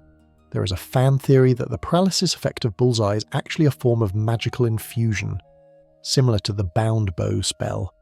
The idea is that the archer has become so attuned to the rhythm of the shot that they project their will, specifically the will to stop the enemy, ahead of the arrow. It's a nice narrative wrapper for a coding error, suggesting that the Dragonborn is unconsciously casting a paralysis spell. However, if that were true, it would cost magicka. It doesn't. It is just a free, buggy miracle. Another point of frustration is the sound design. When Bullseye triggers, there is a distinct thud sound, the sound of the paralysis spell hitting flesh. But then you hear the clatter of the arrow hitting the stone wall behind them.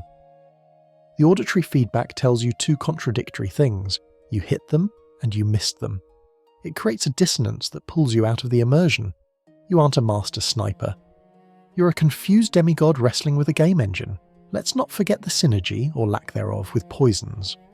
A paralysis poison applied to a bow works perfectly. The poison is delivered on impact. The arrow hits, deals damage, and then the target falls. This is the correct sequence of events. Alchemy, a separate skill tree, does archery's job better than archery does. If you want to paralyze enemies, level alchemy. You can create poisons that last for dozens of seconds, far longer than the fleeting moment Bullseye provides, and you control exactly when it happens. You don't have to worry about a 15% RNG roll ruining your perfect headshot on an unsuspecting Thalm or Justicia. Even the weapon speed interacts poorly here. The Zephyr bow, found in the Dwemer ruin of Archthams, draws 30% faster. It is a machine gun of a bow. If you're rapid firing with Zephyr and Bullseye triggers on the first shot, the target falls. Your second and third shots, already in the air, will also miss. You can empty half a quiver into the empty space above a convulsing enemy. It turns the fastest bow in the game into the fastest way to waste arrows. There is a modding adage, unofficial Skyrim patch fixes this. And indeed, modders fixed this years ago by attaching the paralysis effect to the projectile impact rather than the release. But we are judging the vanilla experience, the raw code that shipped on the disc and the download. In that world, the Master Archer is a gambler who hopes they don't get lucky. So if you find yourself climbing the archery tree staring at that final star in the constellation, hesitate. Ask yourself, do I want to paralyze my enemies? Or do I want to kill them? If the answer is kill, stop at level 90. Take the damage boosts, take the critical shot chance, take the ability to move faster, but leave Bullseye alone. Let the bandit stand tall so you can put an arrow between their eyes, rather than watching them take a nap while your projectile sails into the sunset. But if shooting arrows into thin air is frustrating, imagine summoning a magical sword that is objectively worse than a sharpened piece of metal you found in a bandit's chest. We move now to the School of Conjuration, where the bound weapons promise infinite power, but deliver a distinct lack of scaling that leaves you hacking away at high-level enemies with what amounts to a glow stick. Leaving behind the frustration of arrows that refuse to land, we turn our gaze to the ethereal. We enter the School of Conjuration, a discipline that promises to solve the inventory management problem once and for all. Why carry 40 pounds of sharpened steel on your back when you can simply pluck a blade from the fabric of oblivion itself? The bound weapon spells, bound sword, bound battle axe, and the fan-favourite bound bow are undeniably cool. They crackle with eldritch energy, they weigh absolutely nothing, and they make you look like a warrior mage who has transcended the need for mundane smithing.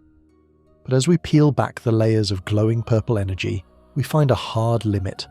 A glass ceiling that makes these spectral tools a liability in the endgame. The fundamental issue with the bound weapon branch of the Conjuration tree is the lack of scaling. In the early game, finding the bound bow spell tome in Fortemole is a rite of passage. At level 5, summoning a weapon that has base stats comparable to Daedric gear is game-breaking. You feel like a god. You one-shot bandits who are still swinging iron daggers. This early power spike is the trap. It convinces you to invest perk points into Mystic Binding, Soul Stealer, and Oblivion Binding, locking you into a playstyle that will eventually betray you. The betrayal happens when you discover the crafting loop. A physical weapon, let's say a Dragonborn sword, or even a humble ebony mace, can be improved at a grindstone. With high smithing and a fortify smithing potion, you can double, triple, or quadruple its damage. Then, you can take that sharpened metal to an arcane enchanter. With the extra effect perk in Enchanting, you can place 2 distinct magical effects on it. Chaos damage and absorb health, for example. A bound weapon cannot be smithed. You cannot sharpen a ghost. It has a fixed damage value. The Mystic Binding perk increases this damage to roughly exquisite quality Daedric, but that is where it stops. It never gets better. While your physical weapon-wielding counterpart is swinging a sword that deals 400 damage and paralyzes the target, you're swinging a glowing stick that deals 24 damage. On legendary difficulty, where enemies have health pools in the thousands, hitting them with a bound sword is like trying to chop down a tree with a glow stick. You're essentially bringing a flashlight to a gunfight. Let's look at the perk specifically. Soul Stealer casts Soul Trap on targets you hit. This is convenient, yes. It saves you from casting the spell or enchanting a weapon with it, but by the mid-game, you likely have a weapon with a fiery Soul Trap enchantment, or simply a stockpile of filled soul gems so massive that you don't need to trap every single mud crab you see. The perk solves a resource scarcity problem that stops existing after level 20. Then there is Oblivion Binding. This perk allows your bound weapons to banish summoned creatures and turn raised undead. It sounds fantastic for fighting necromancers, but how often do you actually fight a dedicated summoner? And when you do, is it really worth getting into melee range to hit their Atronak? A physical weapon with a Banish Daedra enchantment does the exact same thing, were often better, and can also carry a second enchantment to kill the summoner while you're at it. You're spending a perk point on a situational counter that a simple enchanted dagger could handle. The bound bow deserves a special mention because it is the subject of intense community debate. It is arguably the best of the bunch because it comes with its own ammunition, 100 bound arrows, that have a Daedric damage rating. It has the fastest draw speed in the game because it has 0 weight. For a mid-game character, it is a machine gun. But again, it hits a wall. You cannot enchant it. You cannot use specific arrows like the exploding dwarven bolts from the Dawnguard DLC. You're stuck with the default magic arrows. Furthermore, casting these spells creates noise. Unless you have invested heavily in the illusion tree to get quiet casting, summoning your weapon alerts nearby enemies. Imagine you're sneaking through a dungeon. You see a Draugr. You conjure your bow. The loud, Esek-wing sound of the spell effects wakes up the entire room. Now you aren't a stealth archer, you're a loud wizard standing in the open. To make the build work, you have to cross-class into illusion, wasting even more perks just to make your weapon silent, something a physical bow is by default. There is also the visual clutter. Bound weapons are bright. They glow with a pulsating purple light and emit a constant humming noise. In first-person view, having a neon sign taking up the right side of your screen can be distracting, especially in dark dungeons where you rely on contrast to spot enemies. The flames of the bound weapon can actually obscure your aim with the bow, blinding you to distant targets. It is a classic case of rule of cool, interfering with gameplay utility. Lore-wise, the nature of these weapons is terrifying if you stop to think about it. You're not summoning a sword, you're summoning a lesser Daedra and forcing it into the shape of a sword. You're gripping a living, suffering entity by the hilt and using it to bludgeon other entities. It is a form of enslavement that makes necromancy look almost polite, but the game treats it casually. There is no risk of the Daedra rebelling, no instability mechanic where the sword might turn on you or shatter at a critical moment. It is just a spell. This missed opportunity for narrative depth makes the skill feel even shallower. Consider the Bound Dagger, a spell added in the Dragonborn DLC. It is found in Solstheim, usually sold by Talvas Fathrian. It is a fast, stealthy weapon, but because it is a spell in your hand, it does not benefit from the Assassin's Blade perk in the sneak tree properly in all versions of the game, though patches have addressed this inconsistent behaviour. Even when it does work, it still deals significantly less damage than a smithed dragonbone dagger. Why go through the trouble of summoning a weaker knife when you can keep a stronger one in your boot? The magicka cost is another factor. Casting Bound Bow costs a significant chunk of magicka. If you're playing a warrior mage hybrid, that is magicka you can't use for healing or flesh spells. If you're caught in a surprise attack and have 0 magicka, you cannot draw your weapon, you are defenseless. A physical sword requires no resource to draw. It is always there. Relying on a resource to access your primary means of offense is a tactical vulnerability. The recast time is also dangerous. The spell lasts for 120 seconds. In a long dragon fight, your bow might vanish mid-combat, forcing you to sheath, recast and redraw while the dragon is breathing fire on you. It is a maintenance tax on your damage output. There is a famous glitch, or perhaps a feature, regarding the quick reflexes perk in the block tree. If you block with a bound sword and the enemy power attacks, time slows down. However, sometimes the game forgets to speed time back up if you sheath the spell during the slow motion. You end up permanently stuck in the matrix, moving at normal speed while the world is frozen. While hilarious, it forces a reload. It is another example of the bound weapons interacting poorly with the game's combat scripts. The community often refers to the Conjuration sniper as the lazy man's stealth archer. It requires no crafting, no resource gathering, and no inventory management. It is the path of least resistance, but efficiency is not about laziness. It is about maximizing potential. A player who relies on bound weapons is a player who has accepted mediocrity. They have accepted that they will never deal 4-digit damage numbers. They have accepted that they will never have a bow that sets enemies on fire and paralyzes them. They have chosen convenience over power. And let's talk about the banish effect again. The highest level Daedra, the Dremora lords you summon, are immune to many banish effects. But if you accidentally hit your own summon with a bound weapon that has the Oblivion Binding perk, you will unsummon it instantly. In the chaos of a melee scrum where hitboxes overlap, it is very easy to swing your glowing axe and accidentally send your own tank back to oblivion, leaving you alone with the boss. It is a friendly fire incident waiting to happen. Finally, there is the sheer satisfaction of loot. Skyrim is a game about finding cool stuff. When you open a boss chest and find an ebony sword of the vampire, there is a rush. If you are a bound weapon user, that loot is meaningless to you. You sell it. You reduce the rewards of exploration to mere gold value. You rob yourself of the joy of upgrading. The physical progression of your character, moving from iron to steel to orcish to daedric, is a core pillar of the RPG experience. Bound weapons bypass this entirely, giving you the best looking gear immediately and then freezing your progression forever. So if you want to be a master of the arcane, summon minions, summon Storm Atronachs to blast your foes with lightning, summon Dremora lords to shout insults at your enemies, but keep actual steel in your hands. Let the Daedra do the fighting for you, or put them in a soul gem to power a real weapon. Do not humiliate a Daedra by turning it into a subpar battle axe. But if trusting a ghost to do a sword's job is foolish, surely trusting your mind to move mountains is a sign of true mastery. We turn now to the School of Alteration, and specifically the Telekinesis spell. It is the ultimate display of magical prowess, the ability to manipulate the world with a thought. But as we will see, in the brutal combat of Skyrim, throwing a cabbage at a dragon is not exactly a winning strategy.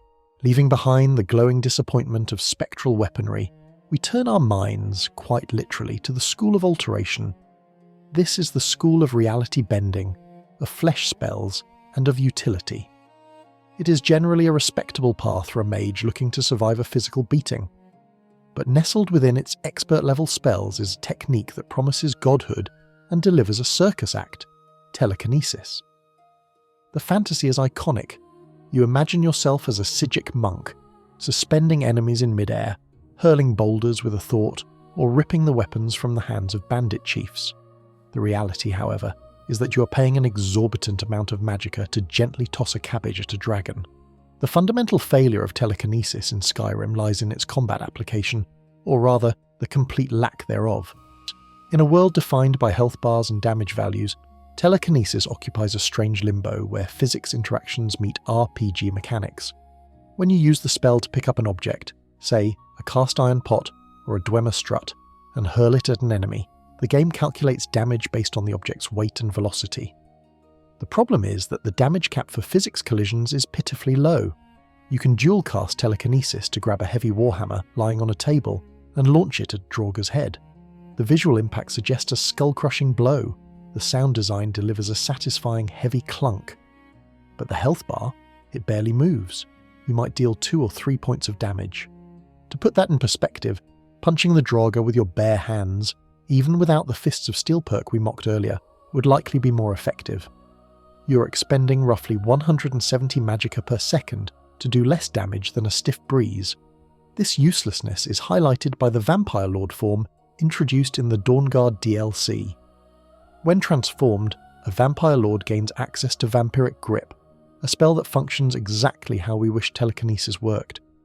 It grabs enemies, actual living creatures, not just inanimate objects, lifts them into the air, chokes them for damage over time, and then flings them across the room. It is visceral, powerful, and effective. The existence of Vampiric Grip proves that the engine is capable of handling combat telekinesis. The fact that the standard alteration spell is restricted to items only feels like a deliberate cruel joke on the player. You are the Dragonborn, the slayer of Alduin, yet you cannot lift a goblin. You can only lift the goblin's cheese wheel. It relegates the spell from a weapon of war to a tool for redecorating your Hearthfire home without bending over. There is a specific, obscure location where this spell is often first found by unsuspecting players, Redwater Den.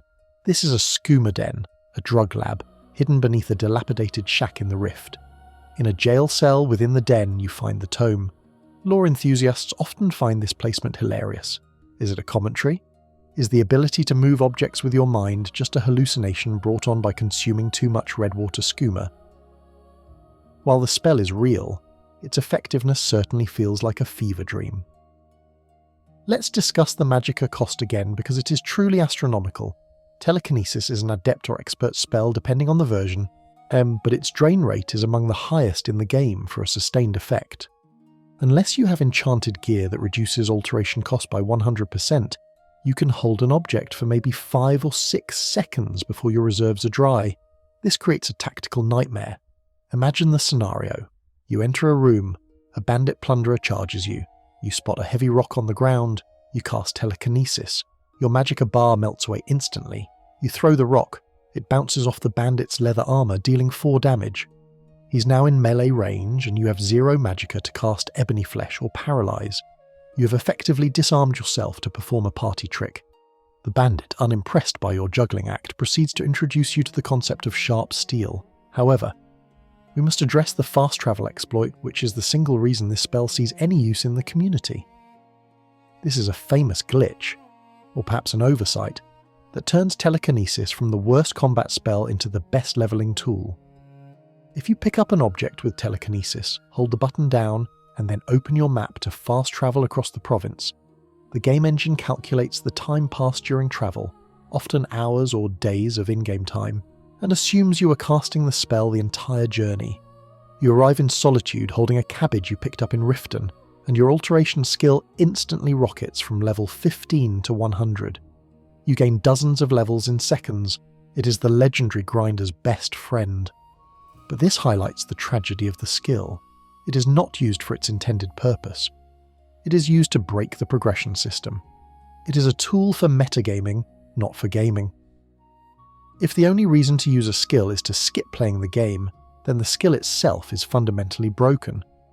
There is also the matter of telekinesis arrows, a confusing addition from the Creation Club, official mods endorsed by Bethesda. These are arrows that suspend in mid-air when fired and then launch all at once when you release the spell. It attempts to add tactical utility to the concept. but setting it up takes so long that, again, simply shooting the arrows normally is faster and deadlier. You're spending magicka to delay your own damage. It is stylish, undoubtedly, referencing the famous time stop ability from Dio Brando in anime culture, but in the grit of Skyrim's combat, style often gets you killed. The interaction with traps offers a glimmer of hope, but even that is dim. You can use telekinesis to trigger a bear trap or a tripwire from a distance. It is a smart, safe way to clear a dungeon hallway, but you can also trigger a trap by shooting it with an arrow, or shouting at it, or summoning a familiar to walk on it. All of these options cost less magicka, or none at all, and don't require you to have a specific spell equipped in your hand. And what of the thief utility? Can you use telekinesis to steal items from a shopkeeper's shelf while hiding in a corner? Technically, yes, but the moment the item enters your magical grip, it counts as stealing if you are detected. The spell itself creates noise and visual flair. A guard will see the purple energy beam connecting your hand to the stolen sweet roll and arrest you immediately. You aren't being subtle. You're practically drawing a line in the air that says, "I am taking this." The Sijic Order, that mysterious group of monks who show up during the College of Winterhold questline, showcases what alteration is supposed to be. When they appear, they stop time, they teleport, they exert absolute control over the environment. Quaranir freezes the entire college to speak to you. That is master-level alteration. The Dragonborn, by contrast, gets a spell that allows them to play fetch with themselves. It creates a narrative disconnect. You are the chosen one, possessing the soul of a dragon, yet your mastery of the physical world is outclassed by a circus juggler. Let's consider the physics engine's volatility. Skyrim's physics are notorious. Items vibrate, clip through tables, or launch into the stratosphere for no reason. Using telekinesis invites this chaos into your hands. You might grab a plate, and due to a collision glitch, it might ricochet off a wall and hit you, dealing damage to the caster. Or it might clip through the floor and vanish into the void. Relying on Havoc physics for your damage output is like relying on a chaotic neutral gremlin to watch your back. There is a specific interaction with the Azadal's Ring of Arcana from the Dragonborn DLC, which gives you the spells Ignite and Freeze. These are low-cost, high-damage spells. Players often wish telekinesis worked like this, a toggle capability, but it doesn't. It is a channel. You cannot run while casting it, unless you have the perk, and even then you move slowly. You're a stationary turret firing marshmallows. The Detect Life and Detect Dead spells in the Alteration tree are genuinely useful. Paralyze is one of the best crowd control spells in the game. Ebony Flesh makes you tanky. Alteration is a fantastic school, but telekinesis sits in the middle of this useful toolkit like a clown nose on a suit of armour. It serves no purpose other than amusement. Fan theories suggest that telekinesis was originally intended to interact with the environment more meaningfully, perhaps pulling levers from a distance or solving physics puzzles in dungeons. But in the final game, almost every puzzle is solvable by hand or by shouting, unrelenting force. The utility was stripped away, leaving only the raw mechanic of lifting. Even the fetch utility is questionable. You see a potion on a high shelf you can't reach. You use telekinesis to grab it. Great. But how often does that happen? Maybe twice in a 200-hour playthrough. Most loot is placed on tables or in chests at waist height. The verticality of Skyrim's level design rarely demands remote manipulation, and if it does, you can usually just jump up the rocks like a mountain goat, a technique that costs 0 magicka. Finally, let's talk about the sound. The hum of telekinesis is a looping, wobbly drone. It is the sound of magical strain. It perfectly encapsulates the feeling of the spell. A lot of effort for very little result. You're straining your mind, burning your magical reserves, focusing your will to lift a tankard. So, unless you're planning to level your alteration from 15 to 100 in a single fast travel trip to impress a friend, leave this spell in the tome. Do not waste a hand slot on it. Do not waste your magicka on it. And certainly do not try to kill a dragon with it. The dragon will not be impressed by your flying cabbage. It will simply eat the cabbage, and then it will eat you. But if throwing vegetables is a waste of a good hand, relying on a sword that barely cuts is a waste of a good arm. We move now to the warrior's bread and butter, the one-handed skill. It is the most reliable form of combat in the game, until you look at the math behind the Bladesman perk. It promises critical hits that shatter armour. but in reality it delivers a mathematical error that makes your sword strikes about as critical as a paper cut. We leave behind the telekinetic whimsy of throwing cabbages and return to the reliable, sharp reality of steel. The one-handed skill tree. It is the bread and butter of the adventurer. Whether you are a spell sword, a shield brother, or a dual-wielding berserker, chances are you have spent a lot of time swinging a piece of metal with one hand. And within this tree the sword is king. It is faster than the axe, lighter than the mace, and undeniably the most heroic-looking option. But for those who dedicate themselves to the blade, there is a trap waiting in the perk constellation. Bladesman. The description of the Bladesman perk is enticing. At rank 3, it offers a 20% chance to deal massive critical damage. To the uninitiated, critical damage sounds like a multiplier, perhaps double damage, or a percentage increase on your total output. You imagine that your legendary Daedric sword, which you have honed to a razor edge dealing 300 damage per swing, will suddenly spike to 600 or more when the perk triggers. You picture enemies exploding in a shower of sparks and gore. The reality, however, is a math error so egregious it feels like a prank by the developers. In Skyrim, critical damage is not calculated based on the weapon's current damage rating. It is calculated based on the weapon's base damage rating. This distinction is crucial and tragic. Base damage is the number the weapon has when you first pick it up, completely naked of any improvements, enchantments, or skill modifiers. Let's do the math. A Daedric sword has a base damage of 14. That's it. Just 14. Even if you have 100 one-handed skill, are 5 ranks of Armsman, which doubles damage, and have used a grindstone to improve the sword to legendary quality, adding potentially hundreds of points of damage. The game engine ignores all of that for the critical hit calculation. When Bladesman triggers, it looks at the number 14. It then applies a multiplier, usually 1.5 times or so depending on the perk rank, to that base number. So you are swinging for 300 damage, the perk triggers, a critical hit sound plays, and you deal an extra 7 to 10 points of damage. In a world where enemies have thousands of health points, adding 10 damage to a 300 damage swing is statistically irrelevant. It is a rounding error. You're spending 3 precious perk points, points that could have gone into alchemy, enchanting, thus or block, to add the equivalent of a scratch from a skeever to your god-slaying strikes. This leads to the sword versus axe versus mace debate that has raged in forums for over a decade. The axe perk, hack and slash, causes bleeding. The mace perk, bonebreaker, ignores armor. Both of these are flawed. Bleeding scales poorly, and enemies have low armor ratings, but at least they do something tangible. The mace perk, for instance, is mathematically superior against heavily armored foes like ebony warriors or bandit chiefs, even if the difference is marginal. The sword perk, Bladesman, is objectively the worst investment of the 3 because its scaling is fundamentally broken. It does not grow with you. It is stuck at level 1. There is a unique exception that highlights just how broken this system is, Valda's Lucky Dagger. This is a unique steel dagger given to you by a hunter named Valda outside of Mossmother Cavern. Its unique effect is not an enchantment. It is a raw stat modification that gives it a 25% chance to critically hit. Because daggers in Skyrim benefit from the Sneak Tree's Assassin's Blade at 15 times damage, the community often wonders if Valda's crit stacks with sneak attacks. It does, but again, the crit only adds a tiny amount based on the dagger's base damage, which is even lower than a sword's.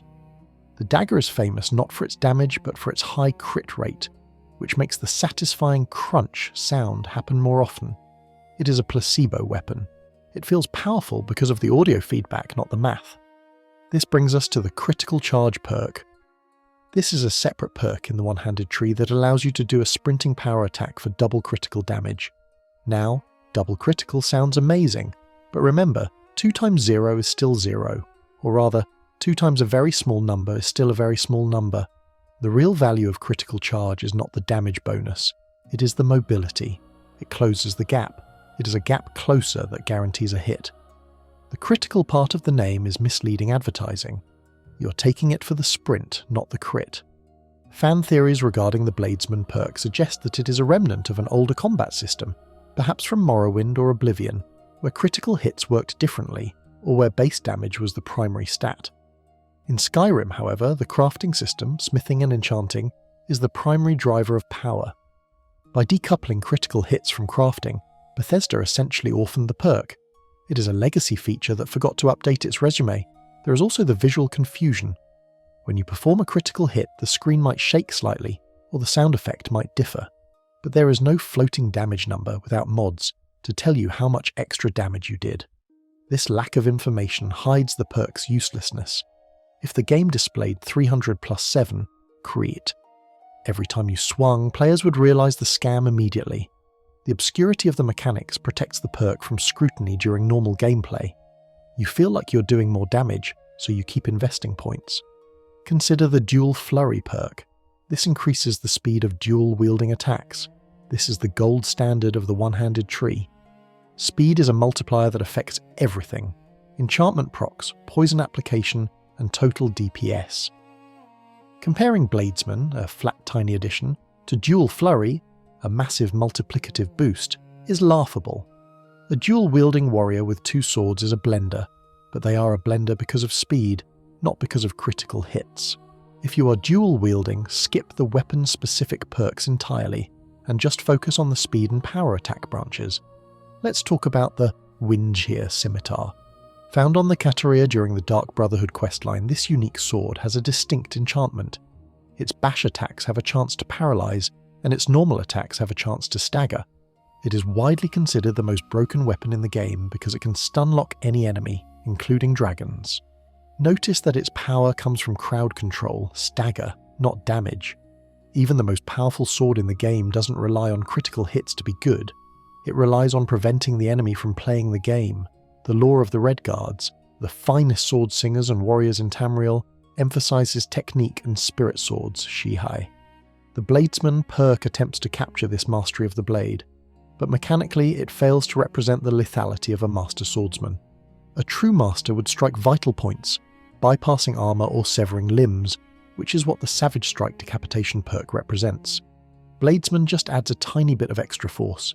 It feels like a novice's idea of a critical hit, not a master's. Furthermore, the perk has diminishing returns. Rank 1 gives 10% chance, Rank 2 gives 15%, Rank 3 gives 20%. Hi, and you're spending 2 extra perk points for a mere 10% increase in probability for a damage boost that is already negligible. It is the definition of a point sink. It exists to absorb the excess perk points of players who don't know better. There is a fascinating interaction with the Fortify one-handed enchantment on gear. If you have 4 pieces of gear with plus 40% one-handed damage, you are dealing massive damage per swing. Does this boost the critical hit? No. The enchantment boosts the output damage, not the base damage. The critical hit calculation happens before the enchantment is applied, effectively ignoring your magical gear. The perk actively disrespects your build. We must also mention the Bound Sword again in this context. A Bound Sword has a base damage of roughly 9, Iron Sword equivalent, or 14, Daedric equivalent with Mystic Binding. Even with the best version, the critical hit adds 7 damage. It is consistent in its mediocrity. Whether you're using a Spectral Blade or a Dragonbone one, the Bladesman perk treats you with the same indifference. This uselessness is particularly painful for spell sword builds. A spell sword usually has one hand occupied with magic, meaning they cannot block effectively. They rely on killing the enemy quickly. DPS is their defense. They need every ounce of damage they can get. Investing in Bladesman seems logical for them. I need to hit harder because I can't block, but the math betrays them. They would be better off investing those points in alteration for flesh spells or restoration for faster healing, though we know how we feel about wards. So, if you love swords, and who doesn't, they are fast, elegant, and the kill cams are superb. Use them. But do not spec into Bladesman. Treat the one-handed tree as a tree of armsmen, damage, fighting stance, power attack cost, and dual flurry, speed. The weapon-specific perks, Bladesman, Bonebreaker, Hack and Slash, are traps. They are flavor text masquerading as mechanics. Instead of chasing critical hits, chase smithing. Smithing is the only true critical hit perk in the game. Improving a weapon from fine to legendary is a guaranteed permanent critical hit on every single swing. It doesn't rely on RNG, it doesn't rely on base stats. It relies on your ability to hammer metal. And speaking of hammering metal, We must now address the skill that makes all other combat skills possible, yet contains a branch so heavy and cumbersome it threatens to crush your inventory, the Dwarven Smithing Path. We leave the disappointment of critical hits behind and enter the domain of the Forge, the place where true power is hammered into existence. Smithing is, without a doubt, the most important skill in Skyrim. It is the rising tide that lifts all boats. A master smith can make an iron dagger deadly and a dragonbone sword godlike. But the path to mastery is paved with good intentions and absolutely crushing weight. Specifically, we're talking about the Dwarven Smithing perk and the logistical nightmare it unleashes upon your inventory. The Great Dwarven Metal Rush. The Dwarven Smithing perk, available at level 30 smithing, seems like a natural progression. It unlocks the ability to craft heavy, golden-hued armour and weapons that look like they were ripped straight from a steam engine. But the real reason everyone takes this perk is not to wear the armour, it's to grind experience. Since the great Iron Dagger nerf of the early patches, crafting dwarven bows has become the mathematical meta for levelling smithing to 100. It is efficient, providing huge XP gains for relatively common materials. But common is a deceptive word here. To craft these bows, you need dwarven metal ingots, and to get ingots, you must raid Dwemer ruins. This transforms your heroic adventure into an episode of Extreme Hoarders, Tamriel edition. You enter a ruin like Mzulft or Nchuan-Zel. You are light on your feet, ready for adventure. You defeat a few dwarven spiders and spheres, then you see it, a solid Dwemer metal piece lying on a shelf. Your brain, rewired by the grind, sees not junk but 5 potential ingots. You pick it up. It weighs 25 pounds, 25 for a single item. Then you see a large Dwemer strut, 20 pounds, a bent Dwemer scrap, 2 pounds, a small Dwemer plate metal. You start grabbing everything that isn't nailed down. Within 3 rooms, you are over-encumbered. Your movement speed drops to a painful crawl. You're no longer the Dragonborn. You are a sentient dump truck. The tragedy is that you cannot stop. The math is too good. A single solid Dwemer metal smelts into 5 ingots. That's 2.5 dwarven bows worth of XP, so you trudge forward, inch by inch, through a dungeon that is miles long. You drop your potions, you drop your spare weapons, you drop food. You prioritise rusty, ancient scrap metal over actual survival gear because the promise of smithing levels is too intoxicating. You turn to your follower, Lydia perhaps, or Fendal. "I am sworn to carry your burdens," Lydia sighs. You proceed to fill her inventory with 300 pounds of struts and plates until she physically cannot accept another item. Then you start using the exploits. You drop a stack of metal on the ground, tell her to pick it up, which bypasses her carry weight limit, and repeat until she's carrying the equivalent of a small moon. You have turned your housecarl into a cargo ship. The Walk of Shame out of a Dwemer ruin is a universal Skyrim experience. You have cleared the dungeon, but you're carrying 1,500 pounds of scrap. You cannot fast travel. You have to walk all the way to the nearest city, or slowly limp to a chest near the exit to stash it for multiple trips. You use the whirlwind sprint shout not to dodge enemies, but to launch yourself 20 feet forward to save 3 seconds of walking. You look ridiculous. A hero clad in mismatched armour, shouting at the air, dragging a sack of metal that clanks with every step. There is a cruel trap in these ruins as well, the Dwemer scrap metal versus Dwemer scrap metal distinction. Some items, like Dwemer cogs and Dwemer gears, cannot be smelted. They're just junk, but they look almost identical to the smeltable Dwemer cogs in some versions, or share similar naming conventions. You might carry 50 pounds of gears out of a ruin only to realise the smelter refuses them. You've broken your back for nothing. It is the game testing your knowledge of metallurgy with a pass/fail exam where failure means wasted time. Once you finally reach a smelter, the satisfaction is fleeting. You turn that mountain of scrap into hundreds of golden ingots, then you buy iron ingots, then you stand at a forge and spam the craft dwarven bow button for 10 minutes straight. Clang, clang, clang. Your smithing skill rockets up, you gain levels, you gain perks, and then you are left with hundreds of heavy dwarven bows that no merchant in Skyrim has enough gold to buy. You have now crashed the economy again. You travel from Riften to Solitude, selling bows one by one, effectively trading your hard-earned XP for a tedious sales trip. You end up just dropping them in a river or stuffing them into a barrel in Whiterun, leaving a cache of high-quality weaponry that could arm a legion to rot because you're too lazy to sell them. Lore-wise, there is the quest Unfathomable Depths. You meet an Argonian named From Deepest Fathoms at the Riften Docks. She gives you a lexicon and sends you to Avanshanzel. The reward is a permanent active effect called Ancient Knowledge. The description says it makes smithing level 15% faster and dwarven armour 25% stronger. This sounds like the holy grail for this build. However, in the vanilla game, this perk is notoriously bugged. In many versions, the 25% armour bonus applies to all armour except dwarven armour, or it applies to your total armour rating regardless of what you're wearing. It is a mess of spaghetti code. The smithing levelling bonus works, but often doesn't display correctly in the UI. You're chasing a legend, Ancient Knowledge, that the game engine itself has forgotten how to implement. Furthermore, let's discuss the aesthetic of dwarven armour. It is distinct. It is bulky, golden, and makes you look like a walking steam boiler. It has a face mask that gives you a permanent frozen grimace. Compared to the sleekness of ebony or the ruggedness of orcish, dwarven armour is often considered the ugly duckling of the heavy sets. It is a transitional armour.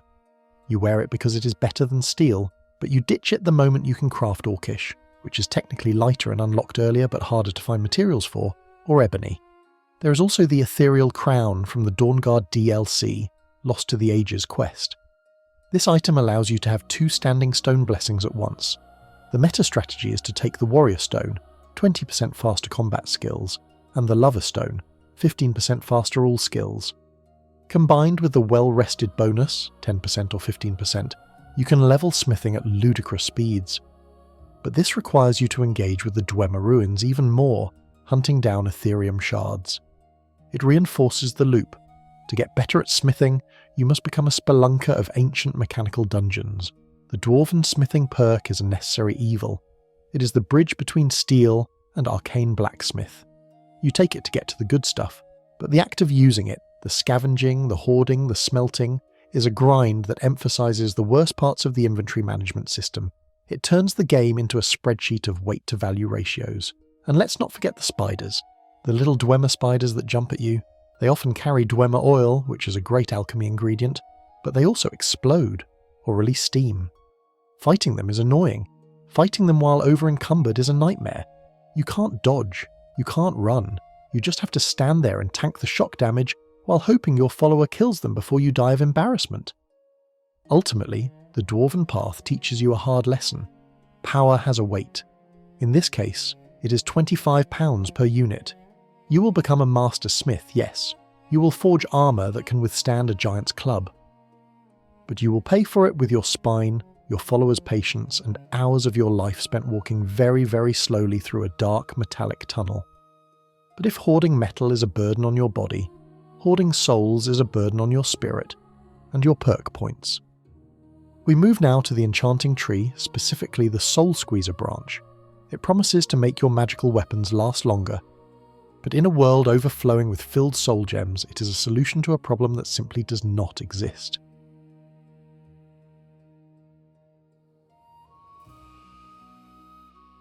From the physical agony of dragging 300 pounds of Dwemer struts through a dark tunnel, we transition to the metaphysical weight of the soul. Enchanting. It is the path of the artificer, the method by which we bind the spirits of the dead to our gear, to make fire burn hotter and swords swing faster. It is widely considered one of the 3 crafting pillars that break the game's difficulty curve, right alongside smithing and alchemy. But hidden within this constellation of power are 2 perks, Soul Squeezer and Soul Siphon, that attempt to solve a resource crisis that simply does not exist. The premise of the Soul Squeezer perk, available at level 20 Enchanting, is straightforward. Soul Gems provide extra magicka for recharging. It sounds like an efficiency upgrade. It appeals to that part of our brain that hates waste. Why use 2 gems to recharge my sword when I could use one? It feels like good housekeeping for the battle mage. But in the grand economy of Skyrim, this perk is the equivalent of clipping coupons for a store where everything is already free. To understand the redundancy, we must look at the sheer abundance of soul gems. They are everywhere. Geode veins in Blackreach drop them by the dozen. Dwemer automatons drop them, mages drop them, every court wizard sells them. By the time you reach the mid-game, your inventory is likely cluttered with petty, lesser and common soul gems that you're too lazy to sell and too rich to care about. You're drowning in batteries. When your weapon runs out of charge, a sword of the Inferno perhaps, you simply open your menu, press a button, the T key on PC or the right bumper on console, and dump a few of these trash gems into the weapon. It takes seconds. The Soul Squeezer perk essentially saves you from using a second petty soul gem. Given that a petty soul gem costs about 10 gold and is found in nearly every dresser in the province, saving one is not a tactical victory. It is a microscopic accounting adjustment. Then there is Soul Siphon, the level 40 perk. It promises death blows to creatures, but not people. Trap 5% of the victim's soul, recharging the weapon. This sounds cool in theory, a weapon that drinks the blood of its enemies to sustain itself. But look at the math. 5%. That means you need to kill 20 creatures to get the equivalent of one full recharge unit. And it doesn't work on people, who are the most common enemies in the game: bandits, soldiers, vampires.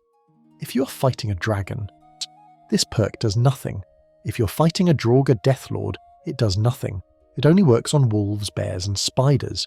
It is a perk designed for hunting wildlife, not for saving the world. But the true executioner of these perks is a specific Daedric artifact that renders the entire concept of resource management obsolete: the Black Star. Or, if you're feeling pious, Azura's Star. This artifact is the reward for Azura's Daedric quest. It is a reusable soul gem. It never breaks. It never disappears. If you choose the Black Star path by siding with the Altmer Mage Nelacar, you gain the ability to trap human souls, black souls, in it. Human souls are always grand level souls, the highest tier. Once you have the Black Star, the recharging loop becomes infinite. You kill a bandit. Their soul fills the star. You use the star to recharge your weapon fully. The star empties but remains in your inventory. You kill the next bandit. The star fills again. You've created a perpetual motion machine of death. You never need to buy a soul gem again. You never need to worry about wasting a charge. The Soul Squeezer perk becomes instantly worthless because you're using an infinite resource that provides maximum charge every single time. This leads to the Mace of Molag Bal trap. This unique mace, obtained early in Markarth, automatically casts Soul Trap on hit. It is the perfect starter weapon for an enchanter. It teaches you to hoard souls, but it also teaches you that souls are cheap. You trap so many souls with this mace that you eventually stop picking up the gems because you can't be bothered to fill them. The game floods you with the resource it tries to make you conserve. Lore-wise, the implications of enchanting are horrifying. We treat soul gems like batteries, but they are prisons. When you trap a soul, you're intercepting it on its way to the afterlife, to Sovngarde or the far shores or the Dreams Leave, and stuffing it into a crystal. When you use that crystal to recharge your sword, you're effectively consuming that soul, obliterating its consciousness to make your sword burn for a few more swings. The Soul Cairn, a bleak plane of oblivion introduced in the Dawnguard DLC, is where these souls allegedly go after they are used. It is a purgatory of eternal hunger, ruled by the Ideal Masters. The Ideal Masters are giant, floating crystals that drain the life force of trapped spirits. By taking perks like Soul Squeezer, you're essentially becoming a micromanager for the Ideal Masters, ensuring that every scrap of spiritual energy is efficiently processed. You aren't just a warrior, you're a middle manager for a soul-eating factory. Consider the Fiery Soul Trap enchantment. Found on a unique iron axe in Ironbind Barrow, this enchantment does two things. It deals fire damage and casts Soul Trap. It is widely considered the best utility enchantment in the game. If you put this on a weapon and set the Soul Trap duration to 1 second, you get hundreds of charges. Why? Because the charge cost of an enchantment is based on its duration. A 1 second trap is dirt cheap. If you kill the enemy within that second, which you will because it's the killing blow that matters, you get the soul. By optimizing your enchantment settings, you can make a weapon that lasts for 500 swings without needing a recharge. This optimization completely negates the need for perks that give you more juice. You just build a more efficient engine. There is also the magical absorption interaction. If you have 100% spell absorption via the Atronach Stone and perks, You absorb the magical energy of your own summons, as we discussed. But you also absorb the energy of weapon enchantments that hit you. This doesn't help with recharging, but it highlights how the game treats magical energy as a fluid resource. Recharging weapons is just moving liquid from one cup, the gem, to another, the sword. The perks in the Enchanting tree try to make the cup slightly bigger, but they ignore the fact that you are standing next to a river. Let's talk about the Battle Mage archetype again. A Battle Mage often uses the bound weapon spells we mocked earlier. Bound weapons automatically cast Soul Trap with the right perk. This means a Conjuration user has an infinite supply of filled gems. If they switch to a physical weapon, they have a stockpile of hundreds of filled gems waiting. The synergy between trees makes the specific Enchanting resource perks redundant. The visual feedback of the Soul Trap is iconic. The purple, swirling stream of energy that leaves the corpse and enters your body. It is accompanied by a distinct thunderous thrum sound. It is satisfying. But have you ever noticed that if you don't have a gem big enough to hold the soul, the game gives you a failure message, no soul gem large enough? This is the only resource management that matters, having the right container. The perks don't help with this. And they don't let you squeeze a grand soul into a common gem, they just let you get more mileage out of the gas you already have. There is a fan theory that the Dragonborn is actually a soul-devouring entity by nature, a dragon in human form. Dragons absorb dragon souls to learn shouts. The Dragonborn absorbs mortal souls to power weapons. It is a parallel that suggests your character is a walking black hole of spiritual energy. If this is true, then Soul Squeezer is just you becoming a more gluttonous eater. Furthermore, the leveling process for Enchanting is tedious. You craft hundreds of daggers, banish them to oblivion via the Banish enchantment, and sell them. By the time you reach level 100 to unlock extra effect, the ability to put 2 enchantments on one item. You have made so much gold that you can buy every filled Grand Soul gem from every merchant in the game. You are rich. Rich people don't need to squeeze the last drop of toothpaste out of the tube, they just buy a new tube. Taking Soul Squeezer is a poverty mindset in a post-scarcity playthrough. The Staff Enchanter added in the Dragonborn DLC allows you to create staves. Staves also need recharging. But staves are generally used by characters who don't want to use their own magicka. If you're using a staff, you are likely a mage who has plenty of soul gems, or a warrior who uses it as a backup. The recharge mechanic is a minor inconvenience, not a strategic hurdle. The perk tries to solve a quality of life issue that takes 2 button presses to fix manually. Finally, consider the Vala Stones added in the Anniversary Edition, Creation Club content. These are reusable soul gems similar to Azura's Star, but for lower level souls. If you have these, plus the star, you have a renewable battery for every tier of soul. The Soul Squeezer perk, written in 2011, simply did not account for a world where the player has access to infinite reusable energy sources. So, when you look at the Enchanting tree, keep your eyes on the prize. Extra effect. That is the summit. That is the perk that makes you a god. Everything else is just stepping stones. Do not stop to pick up Soul Squeezer. Do not stop for Soul Siphon. They are traps for the thrifty. You are the Dragonborn. You consume dragons. You do not need to worry about saving 5% of a mudcrab's soul to keep your sword glowing. But if saving souls is a waste of time, trying to disappear in the middle of a fight is just showing off. We move now to the Sneak tree, the most broken tree in the game, to look at a perk that attempts to turn stealth into a combat mechanic and ends up looking like a glitch. Shadow Warrior. Leaving behind the meticulous soul-counting bureaucracy of the Enchanter's table, we step into the darkness. We enter the domain of the Sneak skill, universally acknowledged as the most powerful, game-breaking and arguably correct way to play Skyrim. Whether you are a Khajiit assassin or a heavy armor-wearing orc with a surprisingly light step, the ability to kill without being seen is the ultimate trump card. But perched at the very top of this shadowy mountain, at level 100 sits a perk called Shadow Warrior. It promises to make you a ghost in the machine, a warrior who can vanish in a puff of smoke right in front of an enemy's eyes. In reality, it turns the Dragonborn into a crouching, bobbing glitch that breaks the game's immersion faster than a flying mammoth. The description of Shadow Warrior is evocative.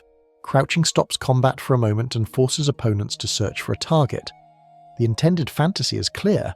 You are in a heated duel. You are losing. You drop into a crouch, disappearing into the shadows like Batman, leaving the bandit confused and terrified, only to strike from behind a moment later. It is the ultimate smoke bomb move. However, the execution of this mechanic relies on the game's binary stealth system. Skyrim's AI operates on a simple logic. Can I see the player? If the answer is no, they stop attacking and start searching. Shadow Warrior forces the answer to be no for exactly 1 second, regardless of lighting, line of sight, or the fact that you are physically touching the enemy. This leads to a combat loop that the community affectionately calls the combat crouch, or less affectionately, tactical teabagging. To utilize Shadow Warrior effectively, you do not hide. You simply spam the crouch button. You stand in front of a Draugr Deathlord. You crouch.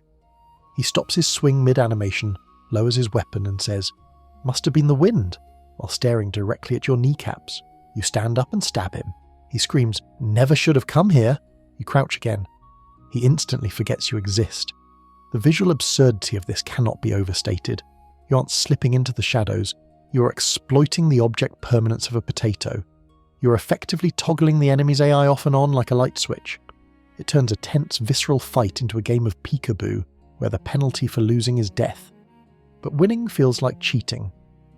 The sneak attack sound, that satisfying thwack of a critical hit, plays repeatedly, over and over, as you bob up and down in plain sight. It strips the dignity from the combat encounter. Mechanically, this perk also conflicts with the Shadow Cloak of Nocturnal. This is a greater power earned by completing the Thieves Guild questline and returning the skeleton key, which, as we discussed, you shouldn't do. The Shadow Cloak turns you invisible automatically when sneaking. It does essentially the same thing as Shadow Warrior, but with a magical overlay. Having both feels redundant. You have 2 different ways to break the game's eyes, and they often trip over each other. There is also the issue of the Assassin's Blade synergy. This perk, which grants 15 times dagger damage, 30 times with certain gloves, and that is designed for the opening strike. It is the reward for patience. Shadow Warrior allows you to chain these strikes in open combat. You can run into a room, alert everyone, and then just crouch stab your way through the crowd. You're dealing thousands of damage per second. It is undeniably powerful. But is it stealth? No.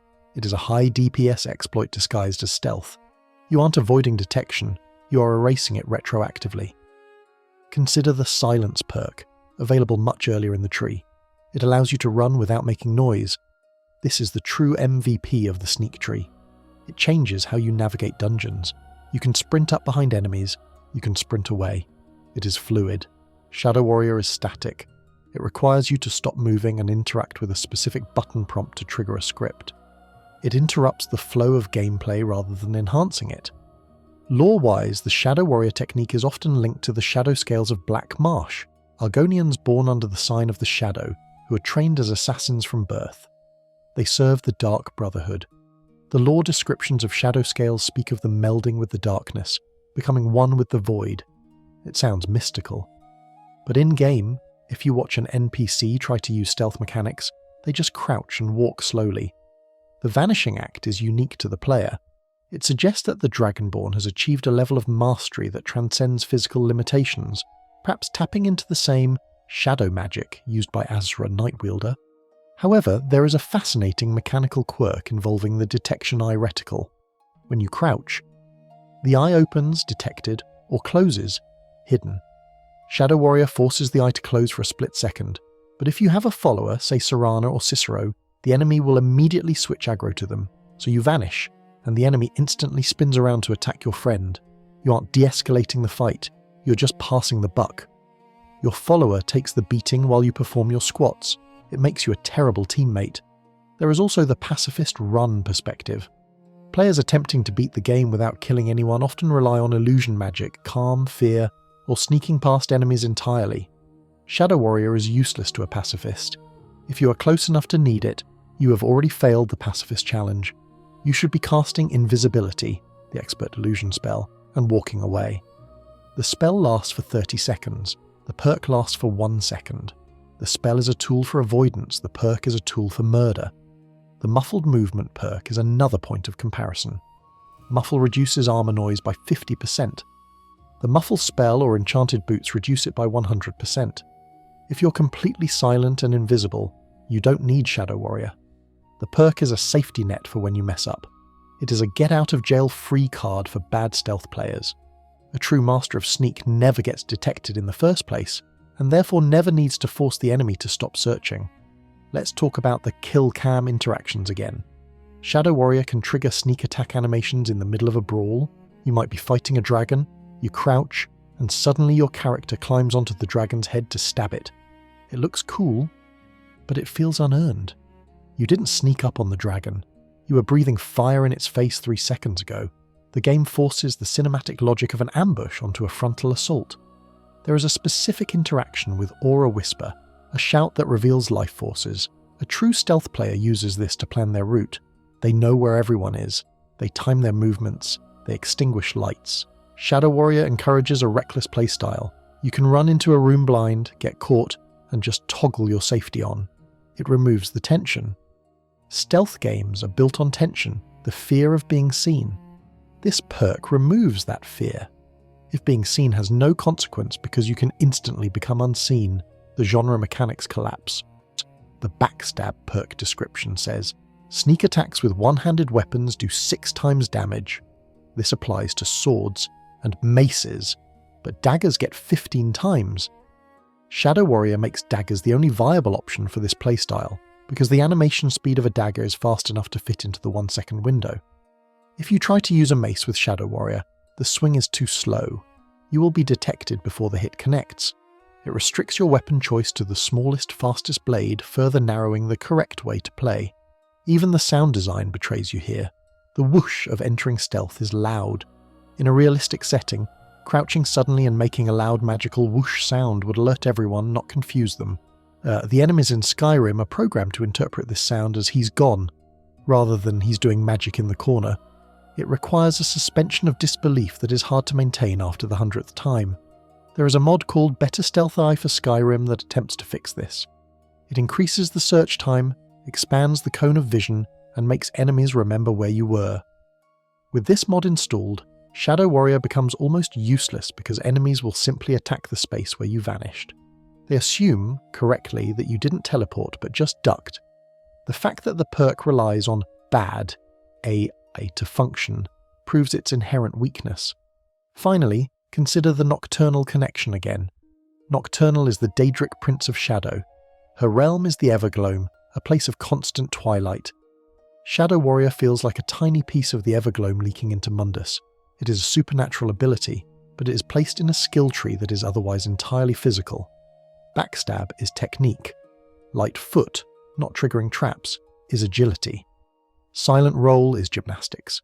Shadow Warrior is magic. It feels out of place, a supernatural capstone to a physical discipline. So if you are a thief, stay in the shadows, use your bow, use your dagger, but do not rely on the combat crouch. It is a crutch. It is a gimmick. It makes you look like a frantic jack-in-the-box rather than a master of death. Trust in your positioning, trust in your patience, and trust in the fact that if you are doing your job right, no one should ever know you were there to begin with. But if specializing in shadows makes you a ghost, trying to specialize in everything makes you nothing. We have reached the end of our specific skill analysis. We turn now to the final trap, the one that encompasses all others, the path of the generalist, the danger of spreading your perks too thin, of trying to be a jack of all trades in a world that demands a master of one. We have journeyed through the broken locks of the thief, the clumsy swings of the barbarian, and the flickering spells of the mage. We have laughed at the absurdity of pickpocketing poison and cried at the futility of the ward spell. But now, at the end of our road, we face the most dangerous trap of all. It is not a single perk, nor a specific glitch. It is a philosophy. It is the seductive whisper of absolute freedom that Skyrim offers. You can be anything. You can do everything. And so, we arrive at the final error, the generalist, the jack of all trades, the Dragonborn who tries to fill every constellation in the sky and ends up master of none. The fundamental danger of the generalist build lies in the cold mathematical heart of Skyrim's scaling system. The world levels with you. When you gain a level, whether it comes from swinging a sword, picking a lock, or selling a basket of cabbages, the game engine takes note. It increments your character level counter. It then looks at the world and says, upgrade the enemies. That bandit becomes a bandit marauder, That dragon becomes an elder dragon. That draugr becomes a death lord. Here is the tragedy. The game does not care how you gained those levels. It does not distinguish between a level 40 warrior who has spent every waking moment honing their blade and a level 40 merchant who has spent 50 hours haggling with Belethor and picking locks in Whiterun. If you have leveled your character to 40 by focusing on non-combat skills, speech, lockpicking, pickpocket, alchemy, smithing, without combat application, you are technically a high-level character. But your combat stats, your one-handed, your heavy armour, your destruction, might still be at level 20. You step out into the world. You see a draugr Deathlord.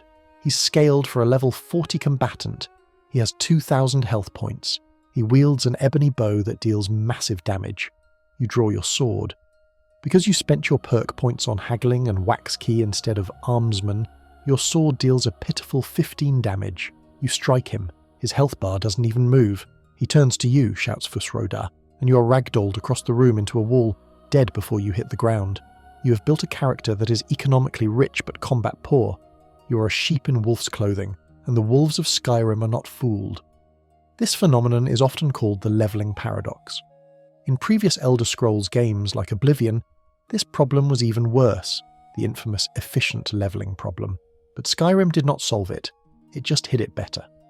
The freedom to level any skill contributes to your overall level, which in turn dictates the difficulty of the world. By spreading yourself thin, by trying to be a thief, a mage, and a warrior all at once, you dilute your power. You end up with 50 skill in everything, which sounds balanced, but 50 is the definition of mediocrity. In a game that demands extremes, either absolute stealth or absolute tankiness, mediocrity is a death sentence. The perk starvation is real. You only get 1 perk point per level. By level 50 you have 49 points. If you put 5 points into speech, 5 into lockpicking, and 5 into pickpocket and 10 into smithing, you have spent half your potential on utility. You don't have enough points left to max out overdraw, archery damage, or juggernaut, armor rating. You're fighting level 50 enemies with the perk spread of a level 20 character. You have broad knowledge but no depth. You know how to pick a lock, how to mix a potion, how to sell a dagger, and how to cast a basic healing spell. But you don't know how to kill anything quickly, and in Skyrim, time to kill is the only metric that keeps you alive.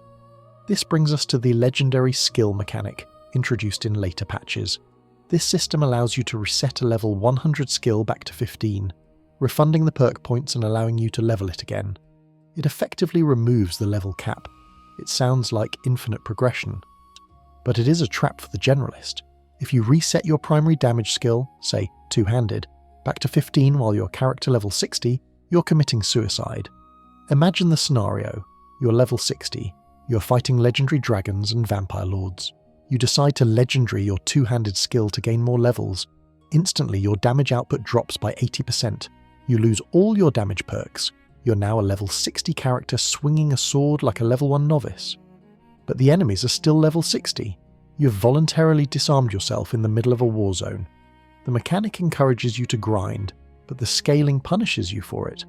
The only safe way to use legendary skills is to reset non-combat skills like alteration via telekinesis, or illusion via muffle, further reinforcing the idea that utility skills are just XP batteries for your real build. We must also discuss the jack-of-all-trades gear problem. A generalist tends to keep a set of utility gear and a set of combat gear.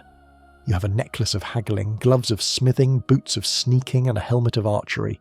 Your inventory becomes a nightmare of swapping clothes. You enter a town, you put on your merchant clothes. You enter a dungeon, you put on your armor. You see a lock, you put on your lock-picking gloves. It disrupts the flow of the game. You spend more time in the inventory menu than in the world.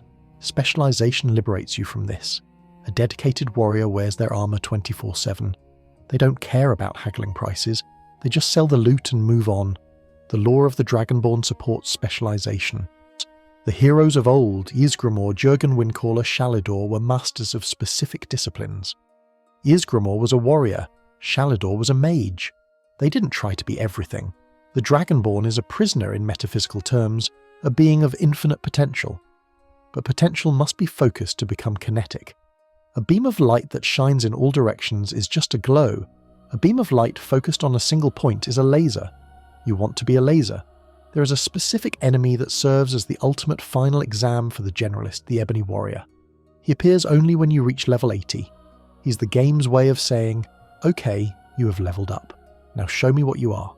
He has high armor, high magic resistance, powerful shouts, and health regeneration. He reflects damage. He paralyzes. If you reach level 80 by being a generalist, by leveling speech, alchemy, pickpocket, and lockpicking, you will not scratch him. He will walk through your apprentice-level destruction spells. He will laugh at your non-perk sword swings. He serves as a hard gate, a reality check that exposes the weakness of a broad build. To beat him, you need to have min-maxed. You need armor cap, 567 rating. You need magic resistance cap, 85%. You need weapon damage in the hundreds. You need focus. The community debate around class identity is fascinating here. Skyrim abolished the class system from Oblivion and Morrowind. You don't pick knight or thief at the start.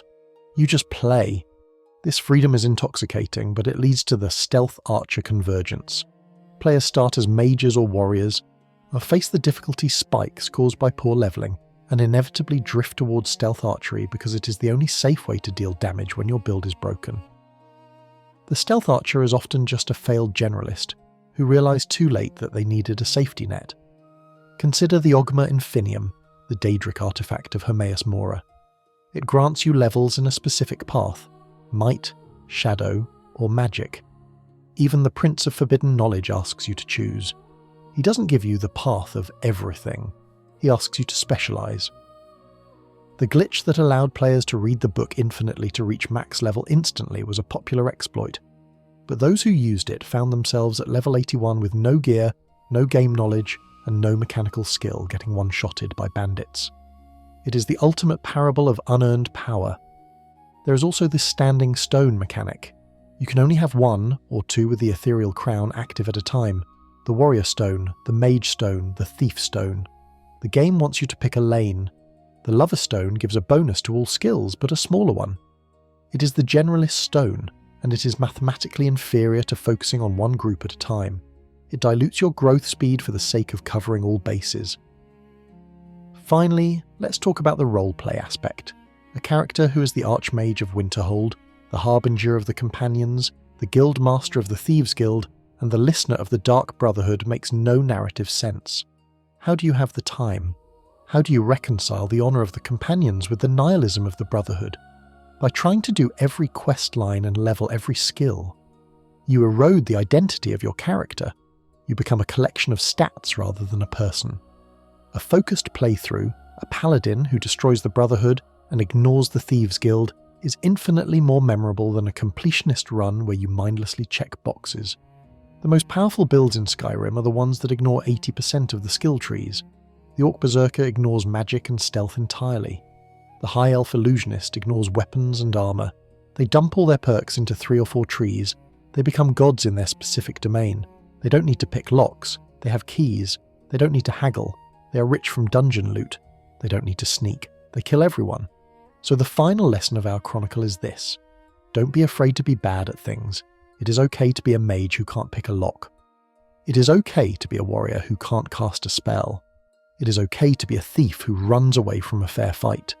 Embrace your limitations, for they give your strengths meaning. Do not water down your wine with water just to have a full cup. Drink the wine deep and leave the water for the horses. We have walked the breadth of Skyrim together, from the frozen peaks of Winterhold to the golden forests of the Rift. We have examined the tools of the trade, and we have discarded the rusted, the broken, and the useless. We have trimmed the fat from the bone. Now you stand ready, not as a jack of all trades, but as a master of one, a true Dragonborn. The fire in the hearth has burned down to glowing embers, casting long, dancing shadows against the stone walls of the inn. The wind outside has softened, no longer a howl, but a gentle, suster stew, rhythmic whisper against the windowpane. The bards have packed away their lutes, and the patrons have one by one drifted off to their rooms, leaving the common room in a comfortable, heavy silence. Take a deep breath. Let the tension of the day, the battles, the choices, the endless road, melt away from your shoulders. You don't need to worry about perk points or skill trees now. You don't need to worry about efficiency or damage calculations. In this quiet moment, there are no dragons to slay, no locks to pick, no wars to win. There is only the warmth of the fire, the softness of the bedroll, and the steady, reassuring beat of your own heart. You have done enough. You have learned what to leave behind so that you can carry what matters. The heavy armour of the day is unbuckled, the weapons are sheathed, the map is rolled up and put away. The world of Tamriel will still be there when you wake, vast and waiting, but for now it is time to drift into the velvet dark of the void, safe and sound. Close your eyes, let the darkness wrap around you like a heavy fur cloak. Listen to the fading crackle of the wood, listen to the silence between the snowflakes falling outside. You are safe here, you are prepared, and tomorrow your arrow will fly true, your spell will cast bright, and your blade will be sharp. But for now, rest, sweet dreams.